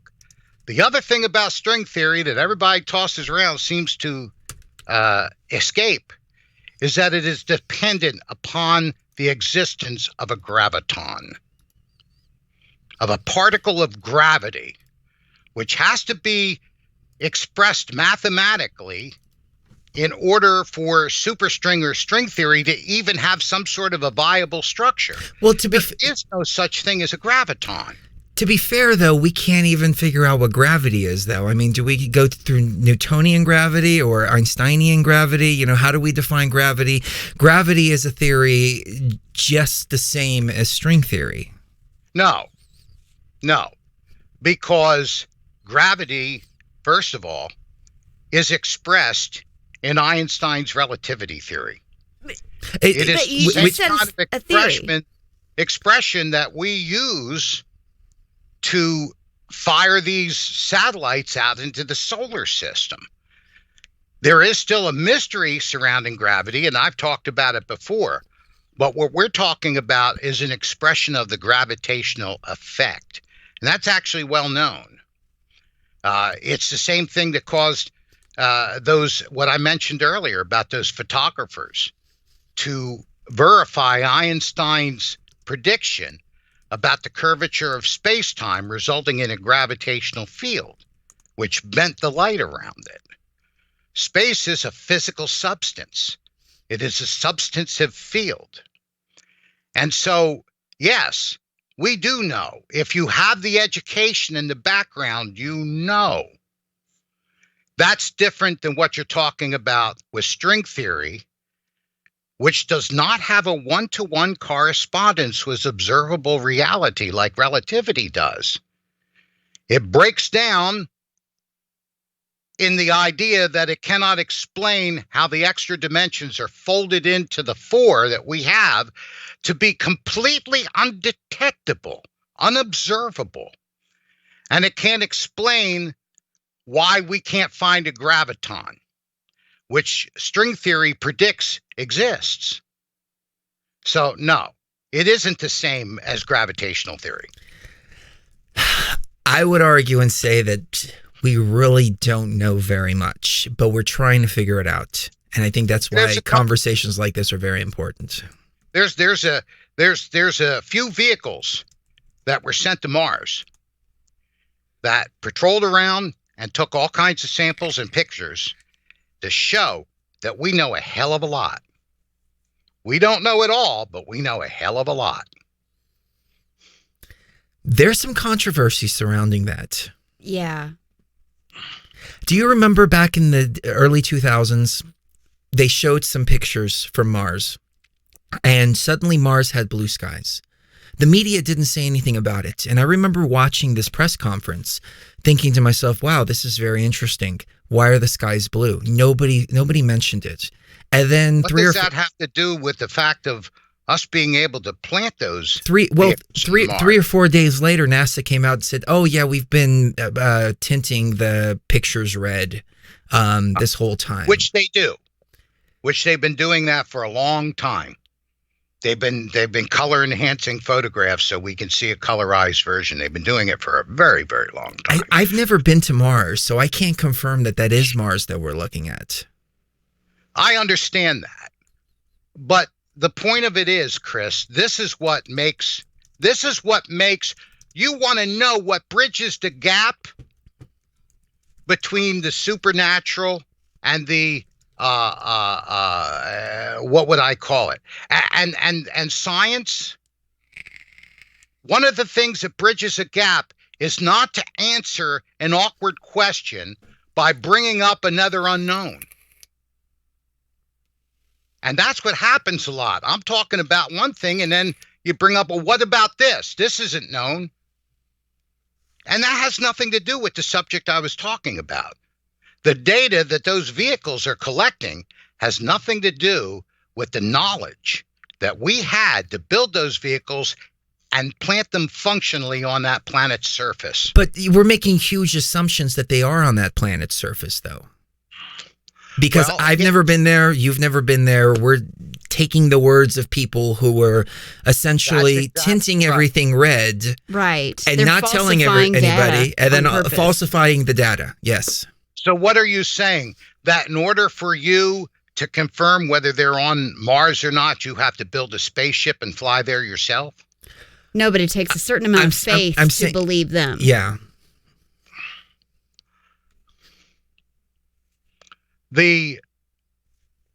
What are you saying? That nothing is knowable? I'm saying that anything that you can imagine can be possible. All we can really do, in my opinion, is put together the best understanding that we have and try to piece together what this reality is. I mean, it's in my opinion, the age-old question: why are we here? Who created this? Why? What is this reality that we're experiencing here? All I did was just merely propose an idea that bridges a lot of these gaps. It's kind of right in the middle. It's imaginary. What we were talking about, you mentioned something we know very little. And I contradicted you. I said, au contraire. There's a lot we know. There's some things we don't know, but there's a whole lot that we do. So I like this. I hate this statement where people say we know nothing, because what it does is sets up a premise so that people can describe reality in whichever way they imagine, because there's no longer a standard to measure reality by. When you say we know nothing or we know very little, what you're doing is destroying and eliminating existing standards so that you are free to introduce your own standard with however you imagine. Well, I'm looking at the modern technology and looking at how we are developing worlds within worlds right now, and asking myself, could this same technology that we're using now, that's physical, right here, that's tangible, that we can feel, that we understand exactly how it works, that because we're the ones building it, could we have done this before, and could that describe the nature of our reality now? That's all I'm merely saying, because we have the physical. Like I said, if this was 10 years ago, I wouldn't have this train of thought because the technology wouldn't have been there. But once I put on that VR headset and I realized when I was walking, there's this game called Walk the Plank, and it's like you're, I don't know, on a 50-story building. And when I found myself getting the feelings of, oh my God, I'm 50 stories high, I'm about to fall off of this building here. When I got those feelings, I realized how the brain can be manipulated into believing things that aren't actually there, and believing that it's having situations and it's having experiences that aren't necessarily real. So I asked myself, could this whole reality be like that? Which is exactly why humanity needs science. Here's the thing. You're talking about this virtual reality, Chris, but you're talking about it from a human-centric point of view. You're talking about based on what I see in this virtual reality and what I experience can somehow be projected to the universe at large. To me, it's the same statement as that fella David made. Scientists have created DNA in a test tube. Therefore, it's the proof that aliens genetically manipulated us. It's a giant leap. And here's what I'm talking about. Let's say you have a computer simulation that is, let's say it makes you feel like and think like you're in prehistoric times. You're seeing dinosaurs walk around and all that. Okay. First of all, you have to have a digital to analog converter. That's an absolutely necessary machine. This is what I was talking about, is what machine you're talking about that we're all in. You have to describe it on some level. It has to have an analog converter from the digital information because we can't see digital information. We have to have that digital information converted to analog so our analog senses can experience it. Now, here's something different. Here's what makes it very untenable. Let's say you got a Tyrannosaurus Rex in this simulation. Is there sufficient information there to materialize that creature in the simulation into a full-fledged Tyrannosaurus Rex with the skin and the teeth and the internal organs and the blood and every skeletal structure and every cellular structure in it? Is there enough information in that visual image to create a physical being from it? And the answer is not another unknown. I would say the answer is yes. And let me tell you why. Because we have resurrected the woolly mammoth. Yeah. Or species of the woolly mammoth. It's only a matter of time before we find a computer simulation. Because we found the code. It's all code. We found the code. We found the DNA code. Everything is code. Of the woolly mammoth, and we were able to recreate it based on this. But you're talking about something, you're not talking about the Tyrannosaurus Rex in the simulation machine. You've just changed it. You've just changed the board. We were playing chess and now we're playing tennis. No. We're one step. We're one step away from finding the Tyrannosaurus code. We've proven that it's possible to do that. So now all we have to do is just find the right code in order to make it happen. Mm-hmm. Which the computer simulation, it explains the paranormal. It explains the Big Bang. It explains literally everything. It bridges all the gaps together. Why do we see these anomalies, these echoes when people go and see a lady walking in an old building and she's just walking back and forth, and many people are reporting this. It's a code that's stuck. And it's just an event that happened that's just kind of stuck in the code, playing itself out over and over and over again. That's why sometimes these paranormal things don't interact. It's just a code. Now, it's a loop. That's being looped. Tell me specifically what you're talking about with the code of the woolly mammoth. Tell me about the DNA. All right, that's the DNA. The code. Now, what are they doing with that DNA? They're manipulating it with the other code. I think they got it from the elephant or something like that, and they were able to put the codes together to create the woolly mammoth again. But DNA is a living organic code. It's a code. Yes, exactly. Everything's code. Everything is code. It doesn't code what a hydrogen atom is. No. Because it's all code, though. Even CERN itself is looking for the master code. It's looking for the base code. It's looking for the God particle, the one code that creates everything. Well, that sets off the chain reaction to create everything. They're looking for the theory of everything. Yeah, exactly. Okay. That's a mathematical equation. That's another clue, in my opinion, that we're in a simulation. Everything is mathematically based. Everything is based on numbers, literally everything, all the way down to the molecular level up to here. I'm trying to give you scientific argument that requires specific answers before we can actually confirm what you're talking about in even a hypothesis beyond a speculation. And what you're telling me is this is your firm belief. You're going to argue that. And you don't really care what the science says. This is what you believe, and your personal belief has answered all of your questions. No, I agree with the science. I have no fathom why you would have somebody like me on your show. I'm not sure. So I'm not sure either. I'm trying to give you the scientific. We can go ahead and take callers for the rest of the show then. So we appreciate your time, Thomas. Thank you very much. Really?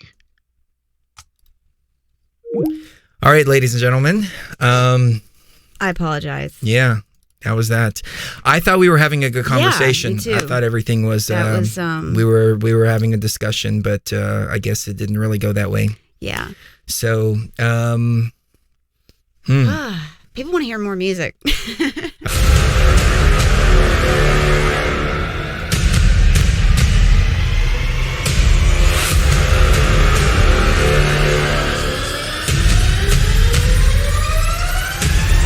Fellow traveler, the cries of the mystery speak again, bidding organic consciousness a welcome to the House of Light.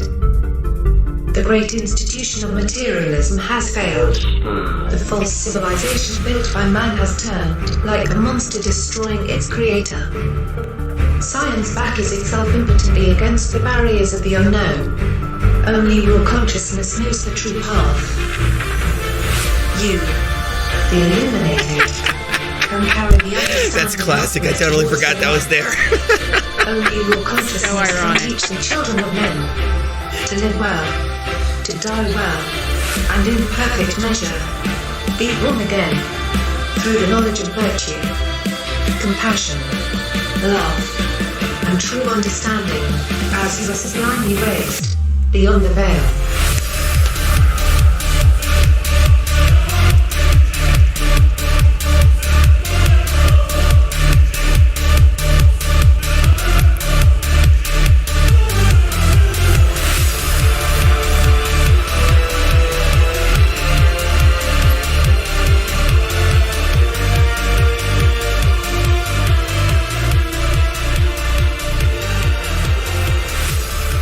Yo.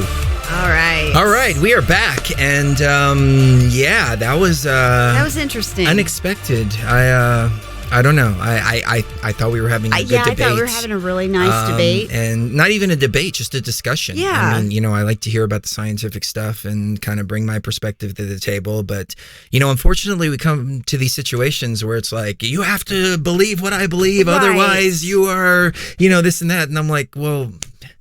I don't know. Let me be clear here. It's weird. We've had him on several times. I've never had a reaction like that before. Well, let me be clear about this. We have no problem whatsoever with people disagreeing with us at all. Like we've, dealt with even the worst of the worst as far as that's concerned. That doesn't bother us. If you start to insult us, though, and especially if you continue to do it, if you're yelling at us, and it feels like there's not a conversation happening, but rather we're being talked down to and stuff like that. That's kind of where we draw the line. So that is a little bit disappointing, but we want to hear from you guys. The call-in number 612. Hold on. I got to pull the call. Oh, okay. 612. 398-0600. Oh, wait, you know what? I totally forgot. It's been so long since we've hooked up the call board. I forgot what our call number is for actually us hooking up the... Here it is. All right.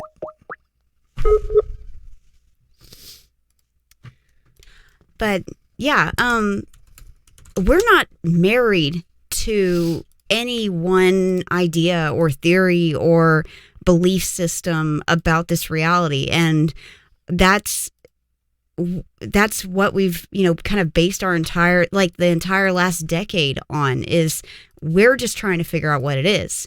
We're not, so engulfed in any one thing that we can't listen to other points of view.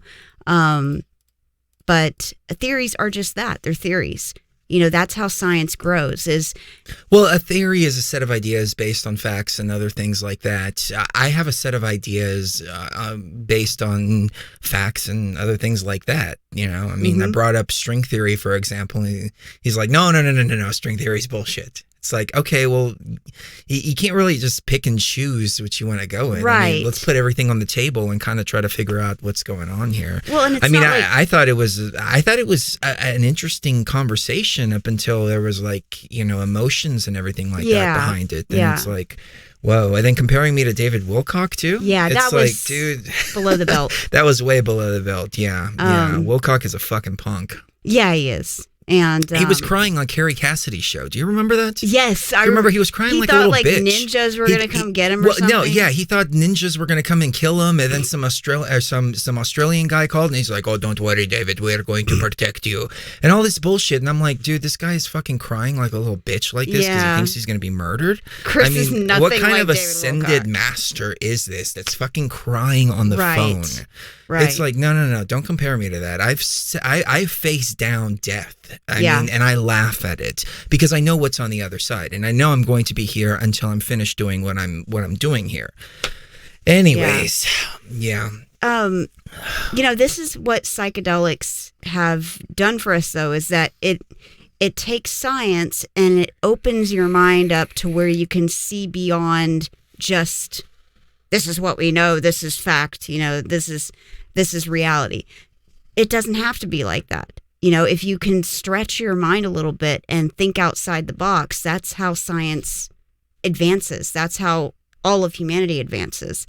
And, I think, some people like to hide behind the veil and other people go beyond the veil. And I guess we go beyond that. Yeah, let's move on. Let's take some calls. All right, call-in number is 612-398-0600.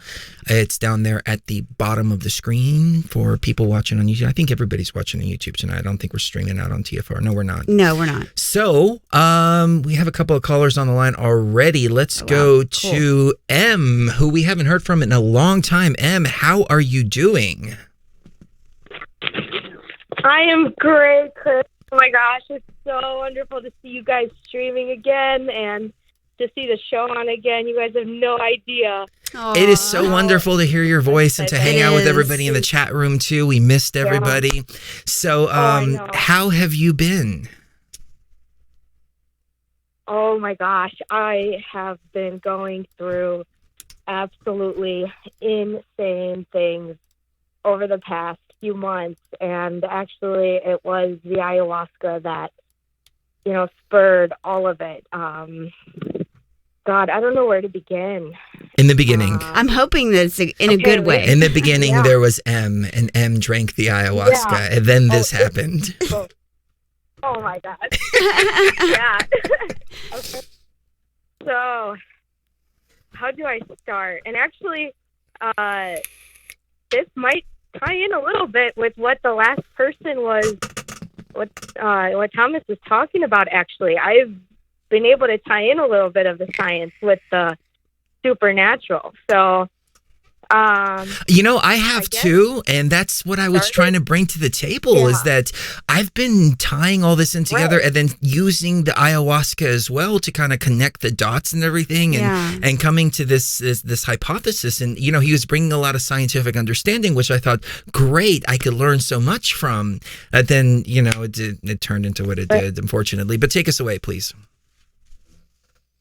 Okay, so this is going to sound crazy, but I've actually gotten a lot of experiential proof. So where I can start is I discovered it really started when I was born.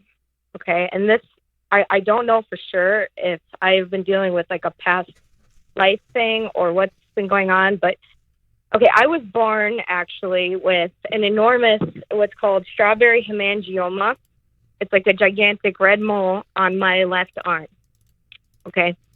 And I was born with a genetic disorder that affects like a lot of body systems. And, you know, I've been on medication, everything for it. But in about, since I've been about 15 or 16, I mean, I know I spoke about this on the show. I've been interested in the occult. I've been reading on Kabbalah, a little bit on Hermeticism, but I always had like a block. And how this all ties in is actual moles, skin growth, skin markings like that they're not just parts of the skin. They are actual like electromagnetic or electrostatic energy that does not serve us. Okay. They are like actual conscious, like negative entities. And I swear to God that cause real, like scientific or DNA chemical changes in the body if these things attach to you. You know what's funny? And they okay, so yeah. George Lucas, this is a little bit off point, but it's on point as well. George Lucas had a different idea about Star Wars. He was going to do the last three, not these three that just came out, but he sold it to Disney. His premise for the next three was the midichlorians. And the midichlorians were actually this race of civilization that lived inside of the bodies of everybody. So when you had a high midichlorian count, then you had these entities inside of you. And it was supposed to go into how these entities have this world within the world that influences the outside world. And that's their whole point. It sounds a lot like you're talking about something similar to that concept. Yes, that's exactly what I'm talking about. And I'm also going to tie in this whole virus inside the matrix that we've been talking about. So the whole point of doing ayahuasca is to detach these things from ourselves, okay? Because like it puts you on such a high frequency and just such a positive vibration that these things kind of cannot survive. Like the way even E.A. Coetting likes to describe it is like the light will literally burn these things like off of you, out of you. And also when you guys were removing, I remember the one show, Cherie was talking about how she was pulling like the spider-like things off of Chris. Every single person on Earth, is whether they're NPC, organic consciousness, is infected in some way by these things. More or less, they fractalize and they just like sit like on our bodies, inside our bodies. And one of my most profound ayahuasca experiences actually was I saw it. They have like these white like etheric cords and they're just like stuck onto you. And I've seen them. For some reason they manifest more.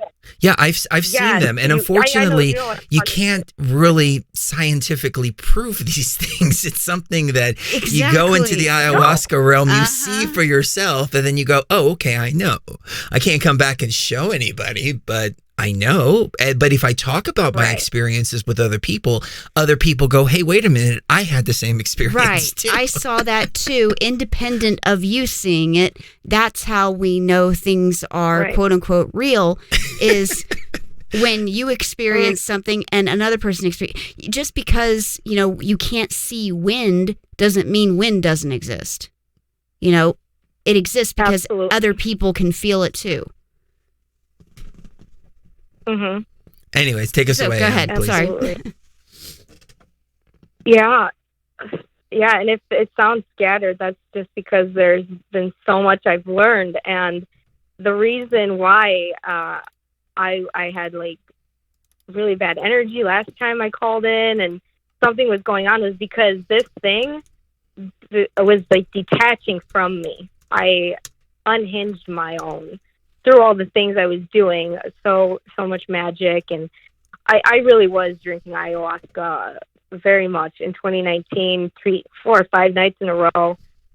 These experiences were just very profound, And another thing that really helped me was I was basically doing the ayahuasca, like just laying on like bare ground almost all summer of 2019. Like it was hot, the sun was beaming down on me. I was laying on grass and soil, and so I was actually earthing as well when I was, doing the ayahuasca. Like it's electrically grounding. And I do remember you guys used to live by a lake, which is why I think Cherie was also able to pull your guys, and you guys were able to pull each other's like fractals of these things off of each other. Yeah, you were by a lake during the eclipse. Yeah, we were right by a lake during the eclipse, and I was like watching the water change, and it turned totally digital, and then there was no separation between the water and the sky, and there was something about the water that was heightening the energies around and really just tearing the veil open. There's something really magical about water. I would say it's like a conduit. It's some kind of portal or something like that. You have to be really careful when you're drinking ayahuasca around water, though, because those little water nymphs or whatever you want to call them, they kind of want to lure you in. We've been on the boat many times, and they're like, "Come on in, it's great. Come on in, the water's great." And you're like, no, I'm not going to go play with you. But go ahead. Yeah, I was never able to do it like by a lake or a river or anything like that. I would love to. I was just on my yard, but the yard is really good too. No, the yard, the earth, just being around the earth, But you know what I realized though? It really doesn't matter. It doesn't matter if you're in the earth. It doesn't matter if you're on your couch. It doesn't matter any of that. What matters the most is the energetic space around you and how clear your own consciousness is. And I think you've taken many, many, many steps to prepare your consciousness to go that deeply beyond the veil, which is, really interesting, these revelations that you're bringing to the table, because I know that I've had attachments, and I'm constantly pulling attachments off of me, and I'm asking myself, where the heck are these coming from? And it seems like, I don't know, maybe 10% of the time I'm operating without attachments. But it's, I'm finding myself more and more and more operating without attachments. But I'm realizing, though, as I'm recognizing the attachments more and more, how much I've operated from those attachments, and how heavily these people just are attached in and of themselves. So what did you do to break these attachments? Can we even break them? Is there a solution to this, or is this just something we have to be aware of? Yes, you have to find the main attachment point of where this virus entity or negative energy attachment attached to you. For me, it was on the arm.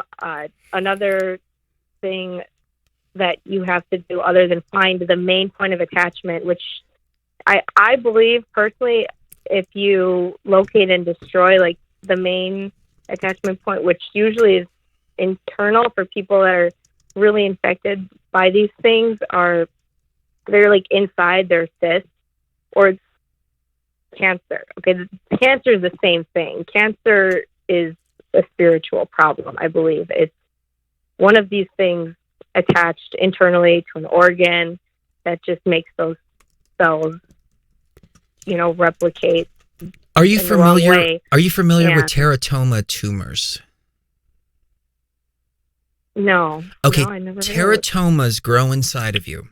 They grow hair, they grow teeth, they grow all kinds of stuff. It looks like a little face inside of you. And this is how that kind of tumor grows. Oh my God. So it just goes to show, I mean, I'll see if I can find some pictures while you're talking and put them up on the screen. Let me point out too, I'm looking at pictures, there's a doctor named Gabor Mate, and he talks about cancer as being a product of uncontrolled stress and being unwilling to take care of yourself. He found that they did studies, and this one of them, for instance, was David Kisson. He was a British thoracic surgeon. He noted in the 1960s that his patients with lung cancer were frequently characterized by a tendency to stifle their feelings. In a number of studies, he showed that people with lung cancer, quote, have poor and restricted outlets for the expression of emotion as compared with non-malignancy lung patients. The risk of lung cancer was 5 times higher in men who lacked the ability to express their emotions effectively. The more a person repressed their emotions, he learned, the less cigarette consumption it took to trigger the onset of cancer. And then Dr. Kisson's observations were confirmed by a 10-year prospective study in Srebrenica. It's an industrial city in the former Yugoslavia. In this study, 1,400 subjects were interviewed before any of them had any disease.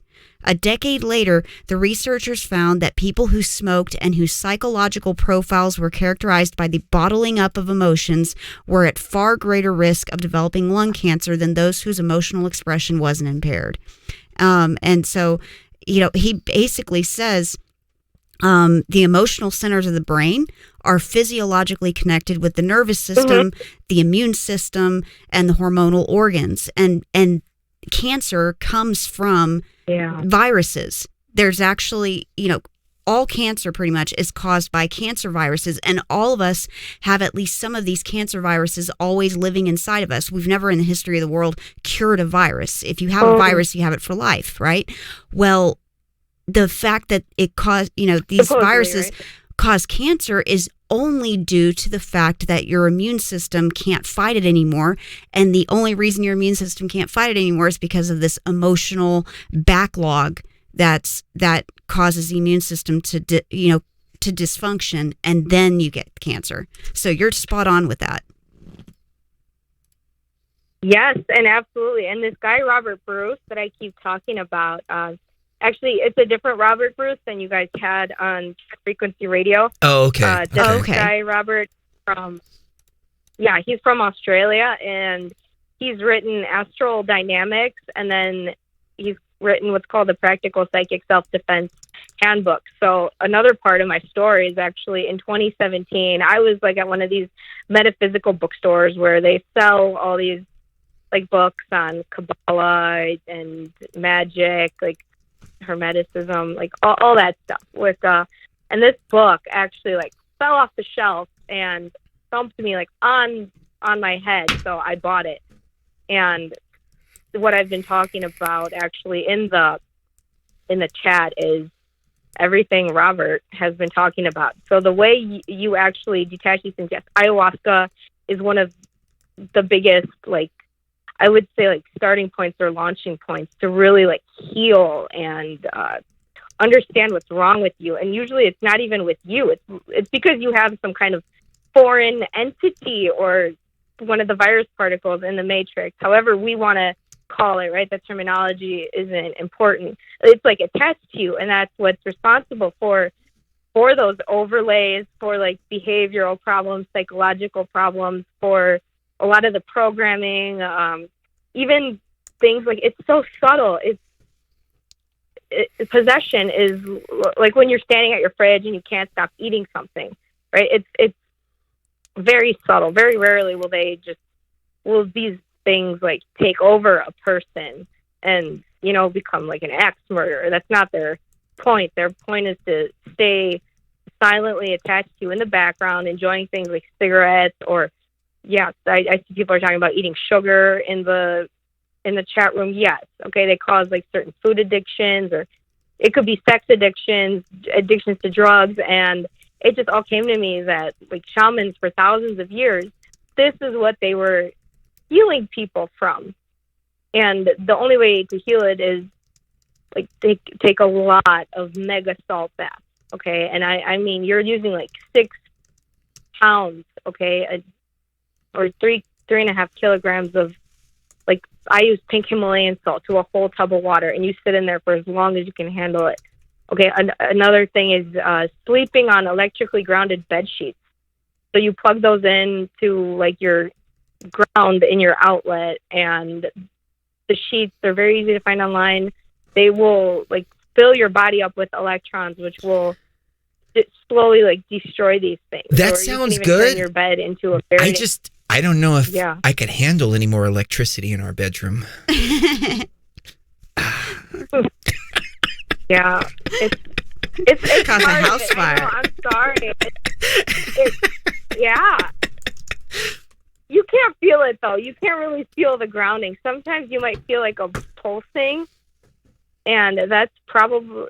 I feel it like in my left arm, which I don't have like a huge mole on there now because it like went inside and it's coming from like the inside. So my attachment like went inside, and the guys, what I've been through is insane. This thing started like talking in about the beginning of August, like in this demonic voice, and then I'm not even kidding, because I was detaching it.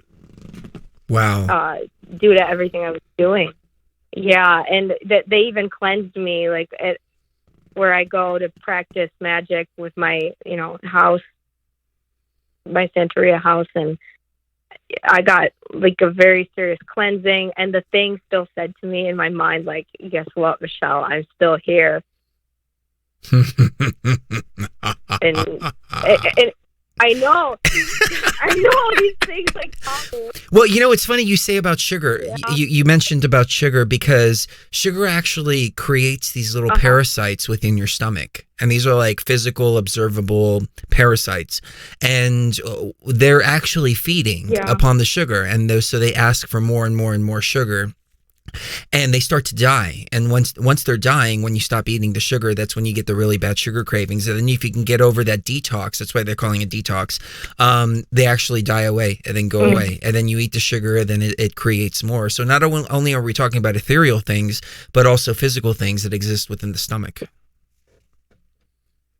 Yes, and that's why it needs to be such a holistic like approach to healing, and like it just, everything just ties back in to what you kept saying about how infected this whole place is. I don't think there's a human walking the face of the earth, right, of the simulation that doesn't have this, and they just don't realize. And I definitely have to believe that, when you guys did the ritual in the pyramid, when you set off some kind of very serious electromagnetic pulse that messed with these things on a worldwide level, and we might have to keep hitting those, if that makes sense. It does. That was the point. When I was in the sarcophagus, there was this electricity energy that went through me, and I was shaking, and it was a seizure. There's no other way to describe it. It was a seizure. It was this convulsing. It was the energy. It was like we were almost fuses. Yeah. We were fuses that were inside of that sarcophagus, like that link to link the energies through. So I definitely relate to that, because there was a huge energetic tidal wave. Yeah, that's and the best it was, way to describe it. I thought it was going to be a positive thing, and it was. There was a positive charge, but then there was a negative charge that followed it, and I wasn't ready for the negative charge. Just like boom, just it was rough. I thought I was going to die. I really did. I did too. Yeah. It was scary. And I'll never forget the feeling of the way the knees were shaking and hitting the sarcophagus. Like, it was so out of control that I was like, I was leaving the body. Anyways, just, one of the reasons why we haven't done the documentary is because it was such a traumatic experience. Like, even going back and looking at the footage, like trying to sit down and look at the footage and put everything together, I'm like, oh man, it's just experiencing all of that over again. It's still, it's been almost 2 years, and I'm still decompressing from that situation. Anyways, go ahead. Yeah. So again, I'm just going to reiterate how important it is that, it has to be like an all-round holistic type of healing, along with doing psychedelics, and you need to be earthing or grounding as much as you possibly can along with that. What else? I don't know how much you guys actually want to hear about like crazy things that have happened to my body like while I've been doing this, but So I got electrically shocked, like pretty bad, and there was like this green goo started coming out of my belly button, out of my tongue, which also happens to a lot of people when they water fast long enough. I've also been on 3 water fasts since August. The first time I lasted 4.5 days. The second time I lasted about 6.5 days. And the third time I lasted 15 days. And I was down to like 110 pounds. I looked very skeletal. But yeah, I honestly, guys, I have nevi patterns all over me. And I have like big and small moles. So many of these things started, they just started popping off, or they started fading. And like, if I would send you a picture of my legs, there's like red craters or like scars now everywhere. There were like moles or little. Really, that's funny you say that, because I've been doing something similar, and I started getting these skin tags. And I'm like, what the heck is going on here? But I was doing I was eating like next to nothing for like 4 weeks. And it wasn't a healthy thing to do, because it led to a lot of anxiety, a lot of stress, you know, coupled with all the other stress and everything that I was going through. I talked about it on the last show. It started to manifest itself like physically. And one of the things was the really low calorie diet. The water fasting, I think it's okay for like 72 hours, but anything after that, I think the body can start to negatively react to that. Yeah, I felt very sick, because a lot of people claim that between 3 to 5 days is when they have a turnaround, and it's like they get this profound spiritual like awakening, or like great gnosis, or, you know, get into like that meditative state. That's not exactly what happened to me. I just got really sick, and I looked very green. But one weird thing I was experiencing a lot was when like the nevi or moles were popping off, I would get like this like ear ringing, very high pitched like frequency, and it felt like I got like hit in the head. Oh my God, I had the same thing. It was going on for like a month. Yeah. It was this ringing in my left ear, this high pitched yeah. Uh-huh. Yeah, I think that's when they forcibly like break like an attachment point to these things, and then you like see very subtly. You could see like energy, right? Like the colorful, like the different dimensions. It's almost like right when a DMT experience starts. Yeah. Yeah, I was seeing that too. Wow. That's very interesting that we were both having. When was this? When was what time frame was this? It's been happening on and off since August. I would say like that's when mine started too. Since August. Yeah, a lot of September, and sometimes in September it was happening, and then recently it's like started up again. But that's good, because I have almost. Like my skin is almost completely clear, but I've just been naturally drawn to eating very, very few calories. Honestly, I can't stomach much more down than just like maybe like a little bit of fruit per day, or a little bit of vegetables. So I'm the same way. I eat like next to nothing now. I have to like remind myself to eat, and usually I don't eat until like 7 or 8 o'clock at night. I like it better like this though, instead of my body constantly asking for stuff. I feel balanced. Yeah, and honestly, I think again, this thing goes back to whatever the switch you hit in the pyramid was. So another crazy thing that I've realized is that there are people that are born with that literally bring the virus particles in with them, and how you could tell is by like the very big. Can we put like a picture of like large moles up, or like the large moles? What are called like Yeah, or what are called calf-out lights. Marks, they're like light brown, like patches or moles. But they're big, like on the skin. And there's like a whole list. I'm sorry, I'm not as prepared as I should be, but there's a whole list of syndromes you could come into the world with, like be born with, that these things manifest as. And really, it's just one of these virus particles that has been attached. Yeah, like things like that. See, that's like they bring in they bring the virus particles in with them. I don't know why or how this happens, and they need to be detached from everybody on Earth, honestly, before the simulation can shut down and like be reset. And it's so important what we're doing. And on like the right diet, doing the right kind of spiritual work and the grounding, like these things will eventually detach from you. I think the reason this has been like a phenomenon that's only been happening for about the last century or so, that people have been growing these crazy skin things, is because we don't sleep on the actual ground anymore. Oh, that's a good point. We don't even walk on the ground. Yeah, I'm sorry. Right. Yeah.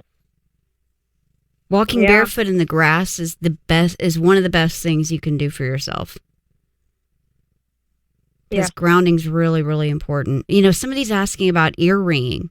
And they said that their ears have been ringing ever since a cell phone tower got put up next to where they live. And I do believe that we have a lot of interference going on from 5G and the cell phone towers and all of that. However, I don't think that environmental irritants can be any more than irritants unless there's some kind of imbalance going on where it's allowed to affect you. I think the human body can withstand a pretty good amount of environmental radiation, whether that's electromagnetic or nuclear, ionizing, what have you. The only time that it's allowed to kind of get through our defenses is when we're unbalanced in some way. And grounding is a really good way to keep yourself balanced. But yeah, Chris has been having ear ringing off and on for ever since we got back from the pyramid. And then it's tinnitus, but Eye of Life has really helped him with the tinnitus. It has, for sure. So we have a few more callers. Anything else on your mind? Yeah. Sorry if I sound scattered, but it's just a lot to share, and I don't really know how to share it in an organized manner. And last thing I was going to say is I agree with the fact that, there is a lot of environmental pollution, like with the electrostatic, like that they're putting up everywhere in the air now. But I think it is due to just the infection in the simulation. You know what I mean? I think like these companies, like the major CEOs and like the boards, like are being very much controlled by these things, by these negs is what they're called, just right across the board, and they're being drawn to like do these things because it might strengthen the actual virus. And the problems in here is by like exposing us to all this electrostatic stuff we don't need to be. So I agree with you. And that's all I think these people that are in control are essentially archons. I mean, like lower level archons, and they have been put here on purpose to create different systems for the simulation. But things have gone really, really, really wrong, and they've created a totalitarian system instead of a structured system the way it was supposed to be. Yeah. Don't even get me started on geopolitics, though. People get pissed off when I talk about that. Yeah. Because there's a change right now. There's a huge shift. We've got the good energies coming in and retaking control and rebalancing things. And we're watching right now the negative energies and the positive energies kind of fighting with each other and struggling. It's like a tug of war that's going on right now. It's so fascinating to watch. Anyways, we're going to take some other calls. It was so great to hear from you. I'm so glad that you're still on the journey, that you're still kicking ass and taking names. Yeah, me too. Oh, yeah. Thank you guys so much for having me on here. And I'm sorry if I scared anybody. Nope. No. Not at all. Bye. Nothing scares us here beyond the veil. Yeah. Love you, Em. Take care.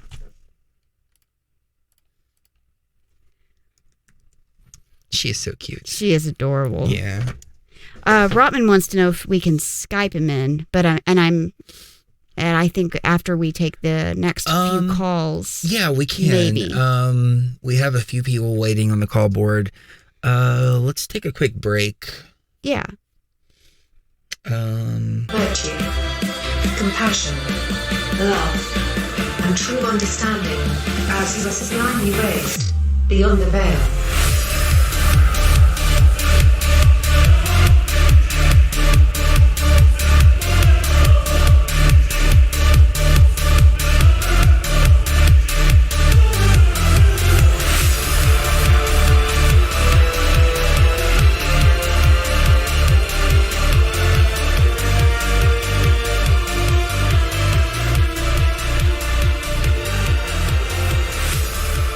All right, let's jump back into it.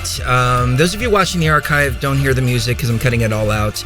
Those of you listening live, it's all just kind of rough stuff right now. Rough mixdowns. It's not rough stuff, but it's rough mixdowns. I'm sending it. Well, I've got several tracks over at the engineer right now, and he's mixing it down. He's going to make it sound just completely pro and banging and all that stuff.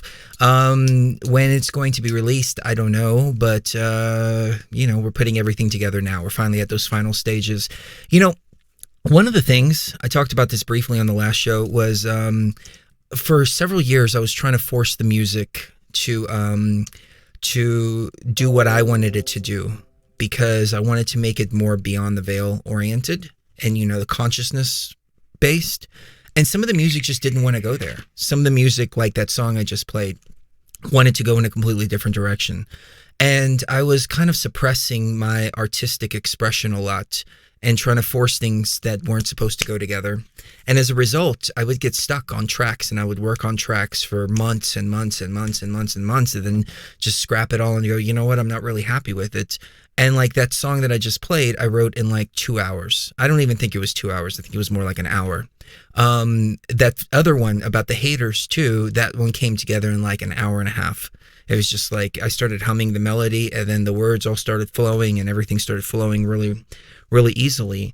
And I realized we have to surrender to the music. Actually, one of Cherie's friends said that earlier, surrender to the music. I was like, man, that would make a freaking dope track called Surrender to the Music. And yeah, so, I'm wondering if you can apply that to different things in your life. I know that I'm going to try to apply it more to different things in my life.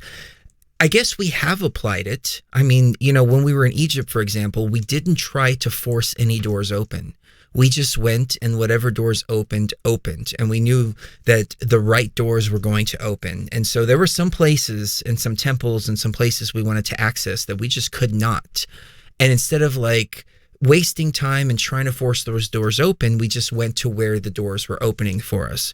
I think the same applies in life. You just go with the flow, go with your intuition, and, at the risk of people taking it the wrong way, use this a little bit less and use this much more, because the brain, for people listening on the audio, I'm pointing to the head, the brain likes to talk the heart out of things, but at the same time, the heart sometimes can be pulled in different directions. And it goes against the logical processes of the brain. So realistically, both have to be working in order. But the main ploy right now on a geopolitical sphere, on the geopolitical spectrum, which is influencing the majority of the masses out there, is all emotional based, and it's pulling at the heartstrings. You hear people being attacked as being sexist, as being misogynist, as being racist, as being this and that, et cetera, et cetera. There's no argument on facts anymore. There's no discussion on facts. Rather, it's all emotions. And one of the downsides that I see of this current generation is that they feel that if they're offended by something, then that offense that they're taking is completely and totally just to be really deplorable people and treat people in the most horrible ways imaginable, because they've been offended by something. So right now the whole ploy is pulling at the heart. So I guess right now in this time it's important to use the logical mind, but at the same time don't let the logical mind overtake the heart space. The heart space and the logical mind kind of have to work both in unison, which realistically is the natural process of the brain that we talked about. We talked about the CIA document where they were talking about manipulating reality and mind control and things like that. And part of it was about how thoughts and ideas go through one part of the brain, which is the creative process, and then go through the logical processor, and then go outwards from there. And the purpose of this document was to shut down the logical processor and enlighten and aliven, that's the word I'm looking for, aliven the creative part. So when you shut down that logical processor, then all the creative part of it is just kind of going crazy and going unfiltered, and people are much easier to manipulate like that because they're just going based on all of their emotion and all of their I don't remember exactly the words that they used in that document, but it bypasses the logical brain, which I started to apply to my DMT experiences as well, just instinctively and intuitively. Anytime I would get a manifestation of something within my DMT experiences, I would then pass it through the logical processor and ask myself, is this logical here or is it something else? And based on this document, it was the manipulation of reality in and of itself, because the CIA, according to this documentation, knows that by manipulating the consciousness of the masses, they can actually manipulate physical reality and physical space, which is another element that brings me to the simulation conclusion, and the conclusion that we are indeed human-centric and egocentric. We are egocentric, yeah. Because we are the observers of this reality. And I would argue and say that this reality didn't exist without an observer, because somebody has to observe the reality existing. You can come back and argue and say, well, the animals and all of that were observing the reality, and that very well could be the case, but that's not what the CIA document said. So why is it that, you have a scientific body here on one side, but then you have the CIA on the other side that's manipulating reality based on the manipulation of the consciousness of the masses? They obviously know something that the scientists don't quite know. And unfortunately, the scientists are so stuck in the box that it's like, we can take scientific information and apply it and bring it into our consciousness and look at it and examine it. But it seems like the opposite, unfortunately, doesn't happen. And it creates it creates a box. It creates a box that we can't escape from because we're not thinking outside of the box.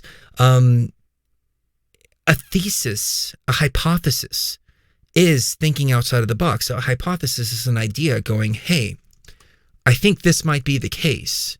And then you look for evidence to prove or disprove that hypothesis. I mean, it seems like the scientific method right there. You come up with a hypothesis, then you find evidence to prove or disprove your hypothesis.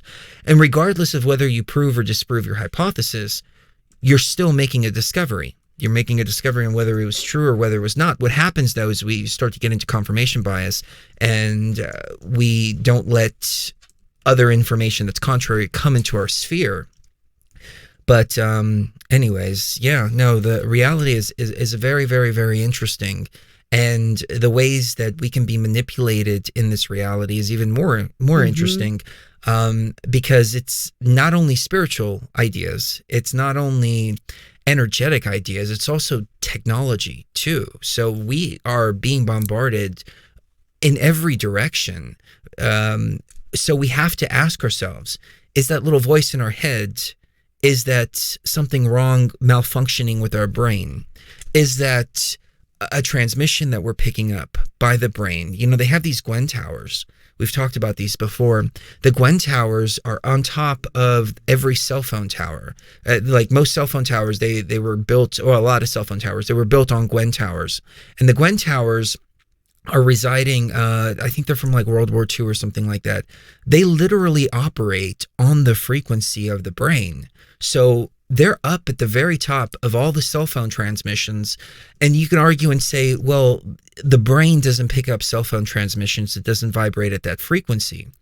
But at the same time, you have the Gwen towers that do operate on the brain frequency. So it's very, very, very interesting. As far as music goes, though, I was actually rereading the article recently about the 432 hertz thing. And when I read the article that was kind of disproving it, it made a lot of sense, because the brain operates on various frequencies. Doesn't just operate just on one frequency like 432, for example. It fluctuates. Different parts of the body vibrate at different frequencies. So the 432 thing didn't really make any sense, at least according to this article. Based on that, it was showing like the spectrum that the brain operates on, and 432 was it's like it's detuned a little bit, so everything is just like a little bit detuned. But now that I think about it, though, when I detune my vocals a little bit, it actually sounds more pleasant to me. The problem comes in, though, with the 432 is that when you move a couple of octaves upwards or downwards, everything becomes out of tune, because the bass note is out of tune. So it's a little bit out of tune as you start to move down one octave. It's even more out of tune when you move down another octave. It's even more out of tune when you move down another octave. And it doesn't sound musically correct. There was also something about fifths, and 432 being having to do with fifths, and you can't get fifths out of a 12 note octave. And you can't have perfect fifths all the way up. So it's detuned by a fifth, and then you go down to an octave, and it's detuned even more and more and more and more and more. So if you look that up, I think there's something to it, because I've tried. I've tried to just, like, there's two ways you can do it. You can detune your instruments to 432. Which is difficult sometimes in electronic music, because some instruments don't have the option to detune them to 432. You can detune the entire composition afterwards. You can throw it in like Audacity or something like that, and then take it down to 432. But you'll notice it just sounds a little bit off. It sounds a little bit different. 432 works best, in my opinion, with constant frequencies. So I have a track that's a Buddhist and it's in D, but it was detuned to 432, and it's a consistent D throughout the entire track. It's like 20 minutes long, and it just repeats and repeats and repeats. Detuning that to 432, I definitely felt a little bit different than listening to it at 44 or 440. 440, yeah. Yeah. But when you talk about like actual musical compositions, I think there was only one composer that asked to tune it to 432 on purpose, and it was because of one particular composition from like the 1700s or 1800s or something like that. But this article went on to say that the ancient instruments, it would have been impossible for them to tune it to 432. Like, there was no standard of tuning back then, so they were just kind of tuning it by ear at that point.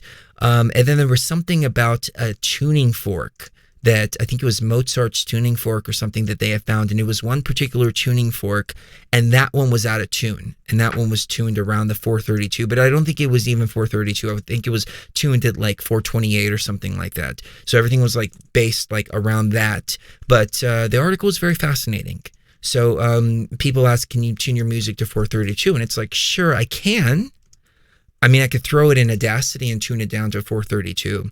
Trying to compose it in 432 makes it difficult, though, especially because some of the synthesizers don't detune to 432. So, yeah, everything kind of tied in together there, I think. I don't know. I'm kind of ranting a little bit. Oh, that's okay. What is your, not ranting, but just kind of rambling, I think. We're talking about DMT, and somebody said, I'm too afraid to try DMT.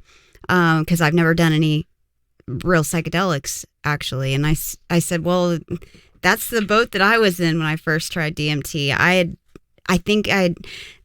was limited to cannabis and alcohol. Like, that is the only drugs I'd ever used in my life. And so it was a completely new experience for me. But I think whatever these beings are that you meet on DMT, they appreciate that blank slate, because you don't go in with a prejudgment on what the experience is going to be or what it's going to feel like or anything like that, because you don't have anything to compare it to. And so it's almost like you can be taught a lot easier than if you go in thinking, oh, is this going to be like LSD, or is this going to be like, magic mushrooms, or is this going to be like, et cetera, et cetera.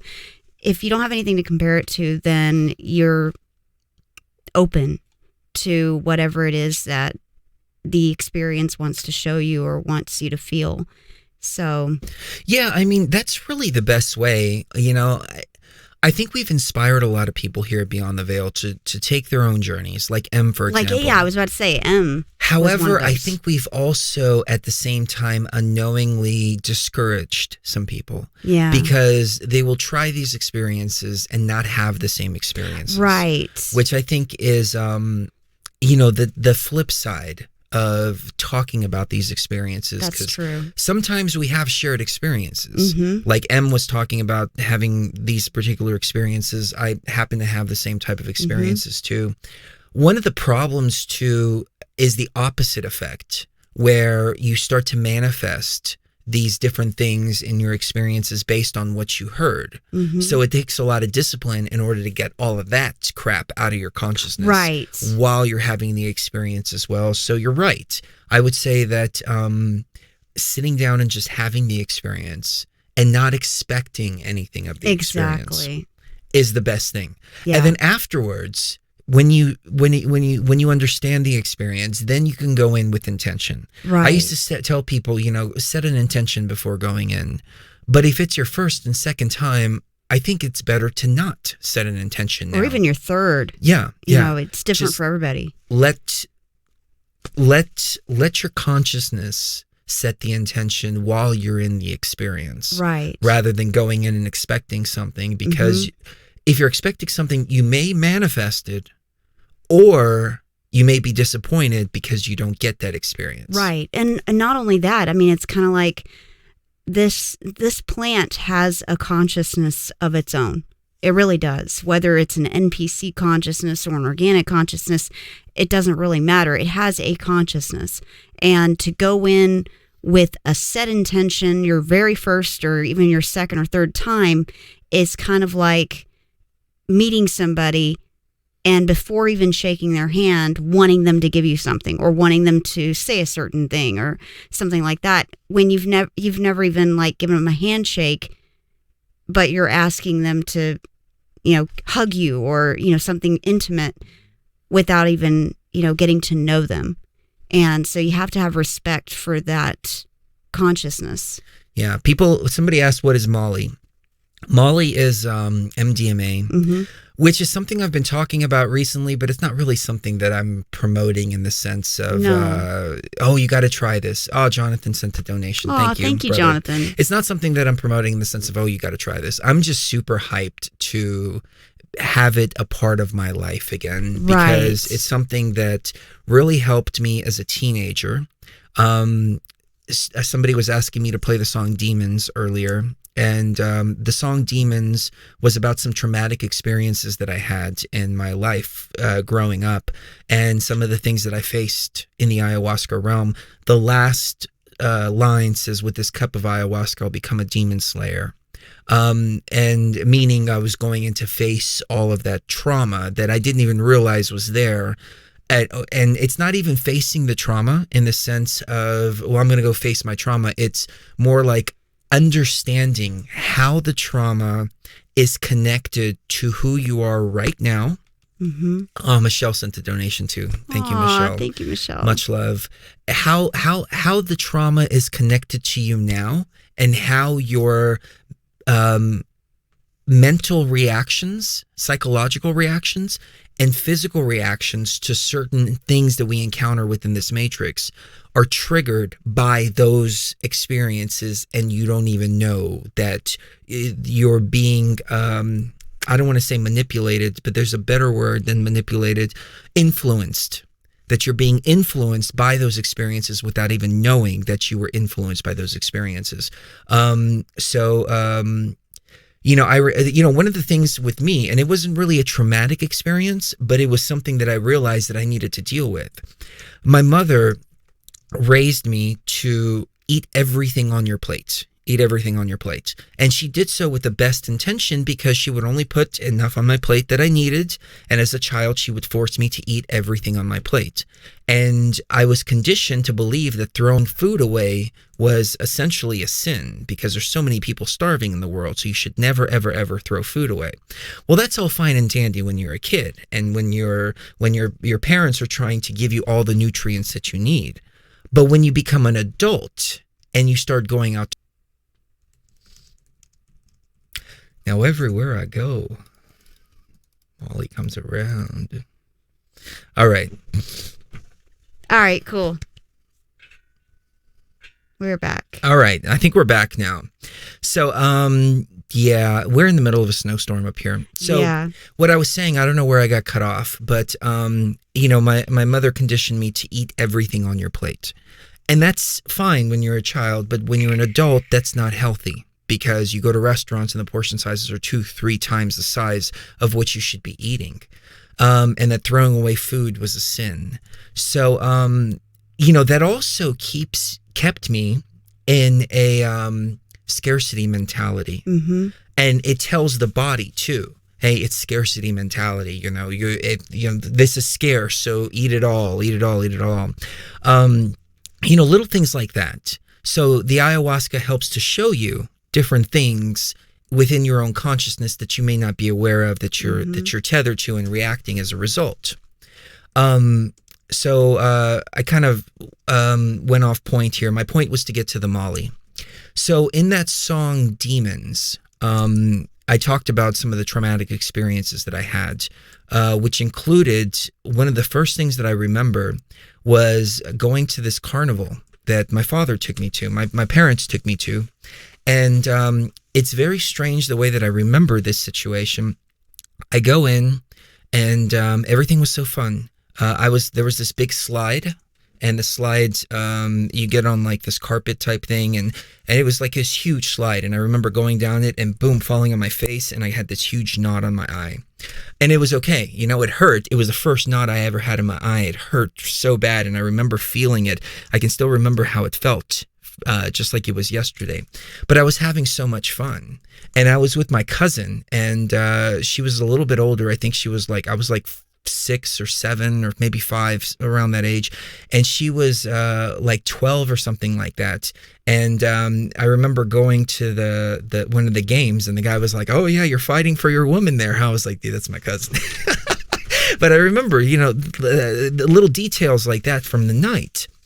So I remember the lights. It was Halloween, or around Halloween, and I remember the way the Ferris wheel looks. I remember the way the air smelled. I remember all of that. And I'm standing there by the games, and all of a sudden these guys next to me were dressed in these jackets, like Raiders hats and jackets and stuff like that. And I'm standing right next to this guy, and he turns around and he's yelling at this guy. And they get into an argument and they start to get into a fight, and the guy pulls out a gun and pop, pop, pop, and shoots him right there, like right next to me. And I'm like this little kid, and I'm like, what the hell? And I got the blood on my face. And it was weird how I remember it, though, because I remember it looking downwards on the situation. I was about the height of the Ferris wheel. I remember the way that my mind remembers it is I was looking from the Ferris wheel down upon my body, upon this situation that was happening. And then all of a sudden I was back in my body. I remember my mother grabbing me and pulling me away and then wiping the blood from my eye and from my face. And I remember how it hurt because I had that knot on my eye. And I remember her wiping it like that. And I remember the thing that hurt the most was the knot, because the knot was still tender. It was fresh. It just happened like an hour earlier. So, I really didn't think much of it during life. And I remember I mentioned it to Cherie, and she's like, oh my God, you went through that? And I was like, yeah, I did. And she's like, that's horrible. And I was like, what? It's made me a man, that's, what can I say? And then I went and I dealt with it in the ayahuasca realm. And I realized that within the ayahuasca realm, the reason that I'm so, I have my eyes everywhere. Remember when we were in Hollywood and we were walking down Hollywood Boulevard? This was the same in Egypt. It's everywhere we go. I've got Cherie by the arm, and her purse is in between us, and I'm watching everybody's eye as we're walking around, especially in large crowds. I'm watching my back. I'm watching the people's back around me. I'm watching everything around me. And I've never ran into another dangerous situation like that. I mean, except for the few dangerous situations we ran to in Egypt. But I'm hyper aware of my surroundings, and I'm always watching my back. And I realized in the ayahuasca realm, this behavioral pattern, which I think is a positive thing, it's not necessarily negative, it's a positive aspect of myself, the protector, all of that, comes directly from that experience of standing right there and watching somebody get shot right in front of me as a small child. I also there was this teacher, or this woman that would come in school, and she would take me out of school, and she would take me into a room, and they would do all this testing on me. And I remember calling the school a few years ago because I was trying to figure out, who was this person? And the school said, that wasn't one of us. That was an outside person. It was very, very, very strange. But I put that in the song as well. And then, I never really talked about this, but my father was extremely, extremely, extremely violent. And he would choke me until I would pass out. And it was on a regular basis. And Cherie, when I told Cherie, she's like, oh my God, you went through that? And I was like, yeah, I mean, it's made me a man. It's made me tough. I mean, maybe that's why my pain level is so high. My pain tolerance is like, I'll go get a root canal and come back and then take the freaking the Vicodin for fun. 2 weeks later, I'm like, all right, I'm just going to chill out and just pop all the Vicodin the doctor gave me because I don't need it afterwards because it doesn't hurt like that. And Cherie was like, oh my God, those are traumatic experiences. Yeah. Those are freaking traumatic experiences. And what I was doing during the whole time, to get to my point here, I was doing Molly, and we were doing a lot of it. And Cherie kind of bridged that for me, and she's like, you are self-medicating yourself. Yeah. They use Molly, which is MDMA, in psychotherapy in Canada, like as prescription. In Europe too. Yeah, and in Europe, it's only a matter of time before it starts to happen here in the United States. But they use it for PTSD. Yeah. And she's like, you had PTSD. She's like, that's why you survived. And not only did you survive, but you thrived. Right. Because it's like you instinctively knew what you needed. Yeah. So it helped me cope with all of that. And at the same time, I just had a blast. And it's recently come back into my life as of about a year or so ago. And I remember how fun the raves were. I remember how fun the music was, the flowingness, the freeingness of everything. Mm-hmm. So it's not something that I promote for the reason that it's very difficult to find good stuff. It really is. We just happen to be able to find some We're very lucky. The stuff that we were taking back then was not nearly as good as we were taking now. And back then, there was a very high potential that something bad could have happened to us because you take something that you think is Molly and it's got a much lower overdose threshold. Mm-hmm. It has somewhat of a Molly effect. So you think, okay, well, this is just weak. I'll take more. Right.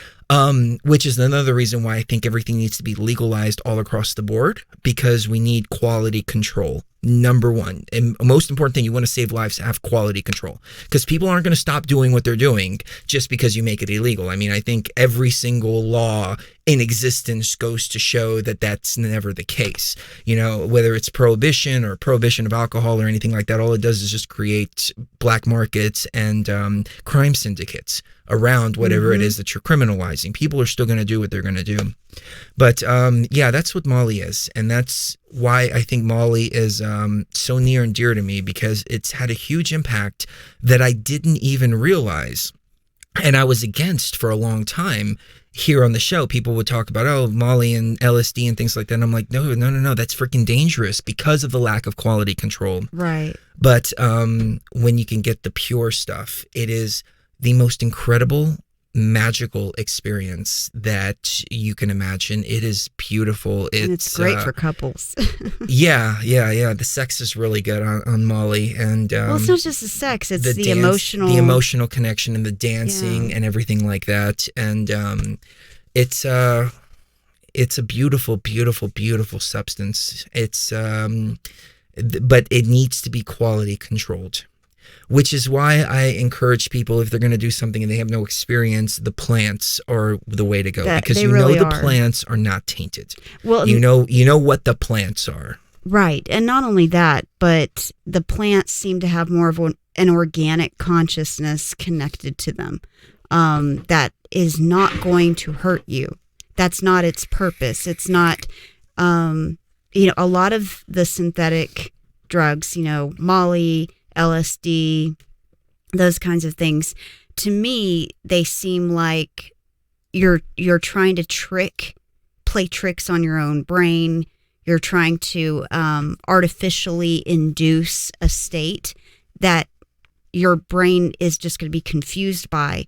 Whereas especially if you're talking about mushrooms or ayahuasca, DMT, you're talking about an organic consciousness connected to something that's grown in the ground for thousands and thousands and thousands of years, and that our ancestors have used for thousands of years to naturally alter the brain in ways that is not designed to trick your brain into feeling something it's not supposed to be feeling, or creating levels of neurotransmitters that is unhealthy. It's doing something that's incredibly healthy for your brain. Your brain was meant to have these experiences. And that's why when people talk about DMT being scary, I think to myself, no, it's the opposite of scary, because your brain is doing the most natural thing that it does when you put DMT inside of it. Your body already creates that.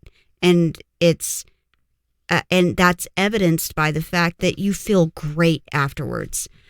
There is no come down of ayahuasca. You feel amazing. The only come down is a good one. You feel relaxed. You feel happy. You feel on the stuff that we recently got, I didn't feel any come down at all. I did a little bit, but nothing. I woke up the next day. I mean, of course, I was tired. Yeah. My serotonin was a little depleted. Yeah. But other than that, I remember back in the day, we used to be in bed for 3 days afterwards, and it was horrifying. And I was like, no, okay, when I'm a teenager, that's fine, but not later in life.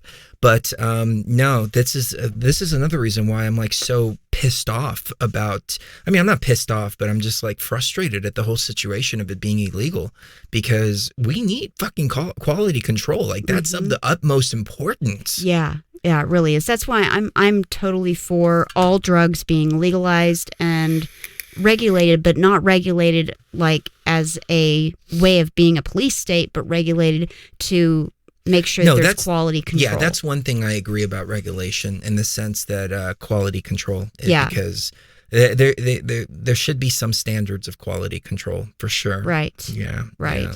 And I don't think, because there's some people out there who would say, oh, it's a slippery slope. If you legalize all drugs, then you're going to have all these overdoses and people are just going to be using meth and crack all the time. I don't think people would be using meth and crack if all drugs were legal. They would be using the good drugs. You'd be using the drugs that don't make you go psychotic or feel like crap or get you addicted. Well, when it comes to things like heroin, meth, and cocaine and things like that, it's kind of it's a weird place because I don't want that stuff readily available for people. But at the same time, I don't want to put people in jail for merely using a substance. That's true. So how do you do that? I guess you make it, you decriminalize possession, but manufacturing. But then you run into illegal. The same quality control problem. Right, exactly. So how do you rectify that? See, it gets into a very weird kind of place. I think Portugal has it right. Portugal decriminalized all drugs, and they don't go after the manufacturers or the sellers. And at the same time, they have places where people can go if they want to quit and they're addicted to something like heroin.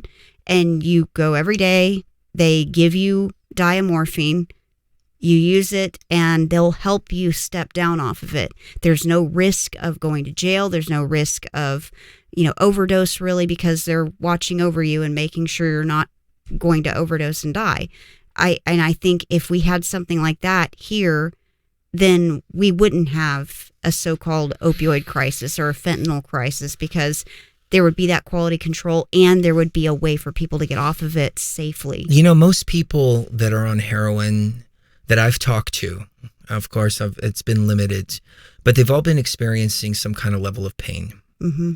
And if their pain was able to be treated in different ways, they probably wouldn't have turned to heroin. Right. I know one person who was in a horrible motorcycle accident, and they cut him off of his pain medication because he tested positive for cannabis.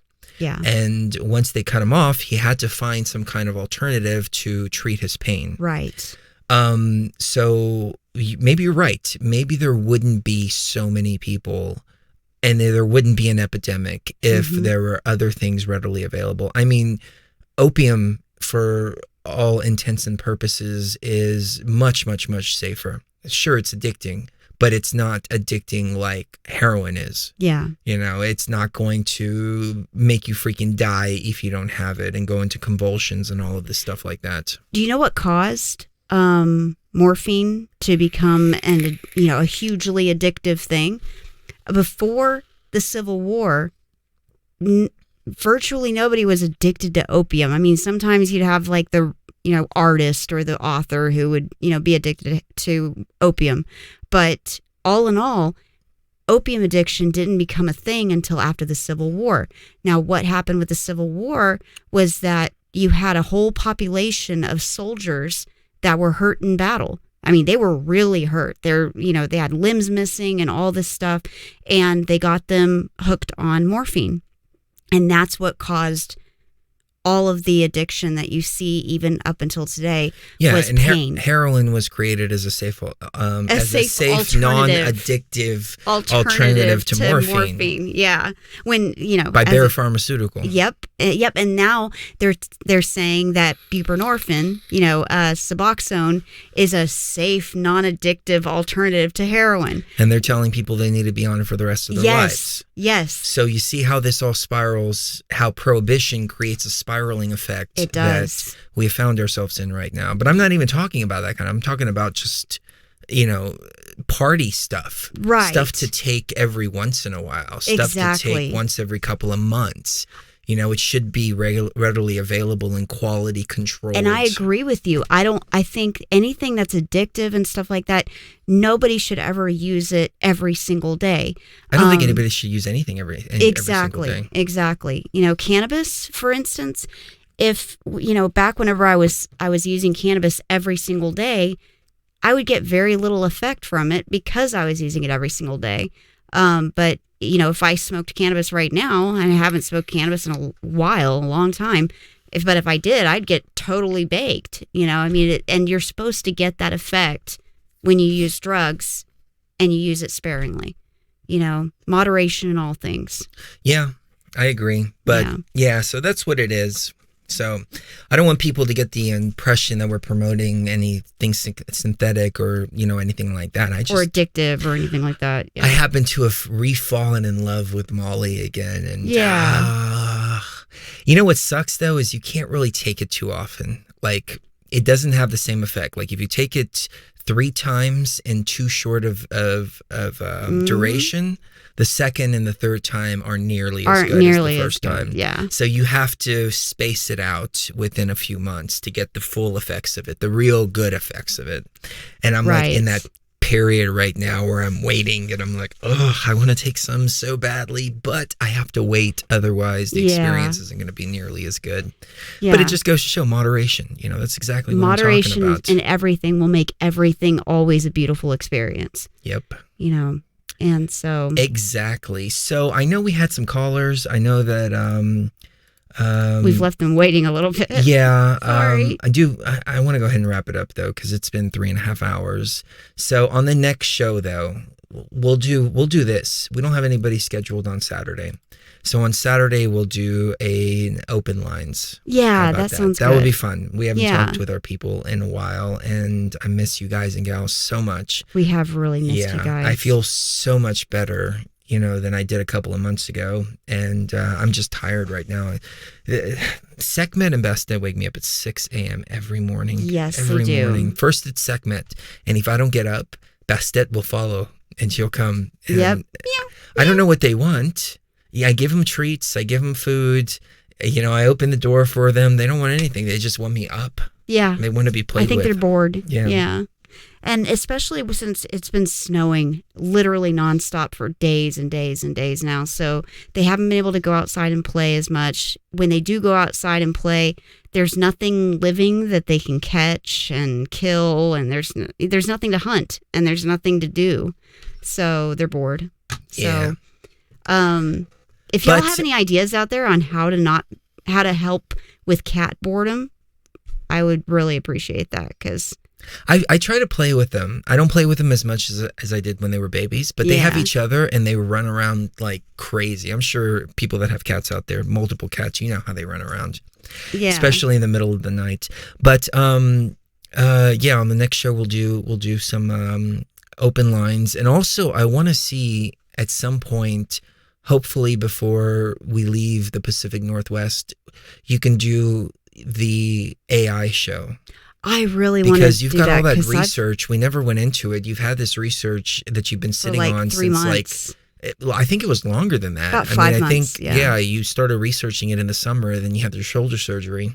Yeah. So people have been wanting to hear about that, and I've been hyping it up, and then we just didn't deliver on it. I'm still actually researching a lot of it. I'm only about 3/4 of the way done even now, and every opportunity that I get to research it is spent gathering information and intelligence from various sources. And I will say this, it's like a 2-part, it's going to be kind of a 2-part series, because you've got the overarching overall AI, and then you've got the AI that's being built right now as we speak, and has been going on since around the 1960s or 1970s, that is inside of the simulation itself. So as above, so below, they're trying to emulate, and I say there as in the scientists and the researchers and the specialists, the cult members, is, I like to think of them, because they are kind of like cult members. they're trying to emulate what we built as the overarching AI of the simulation, and they're trying to mimic that and create an AI inside of the simulation. So, yep.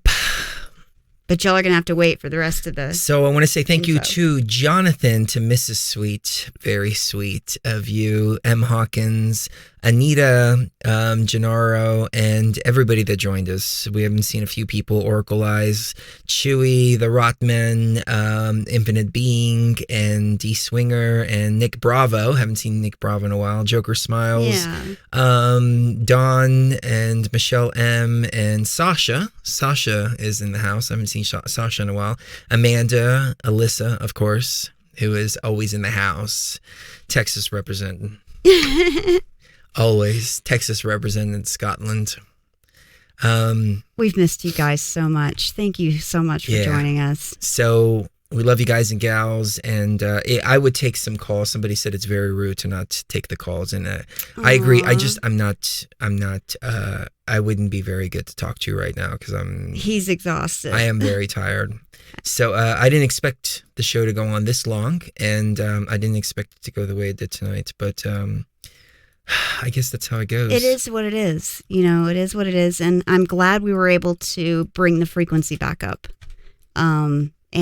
And kind of pick up where we left off several months ago and bring you guys what you want to hear, which is me and Chris, really. I mean, y'all have been telling us. Aww. I asked who do you want us to have on? They're like, we just want you guys. So I'm glad we were able to give you what you want. That is. It's flattering and it's very heartening and heartwarming. We have the best audience here at Beyond the Veil. We do. There's no other.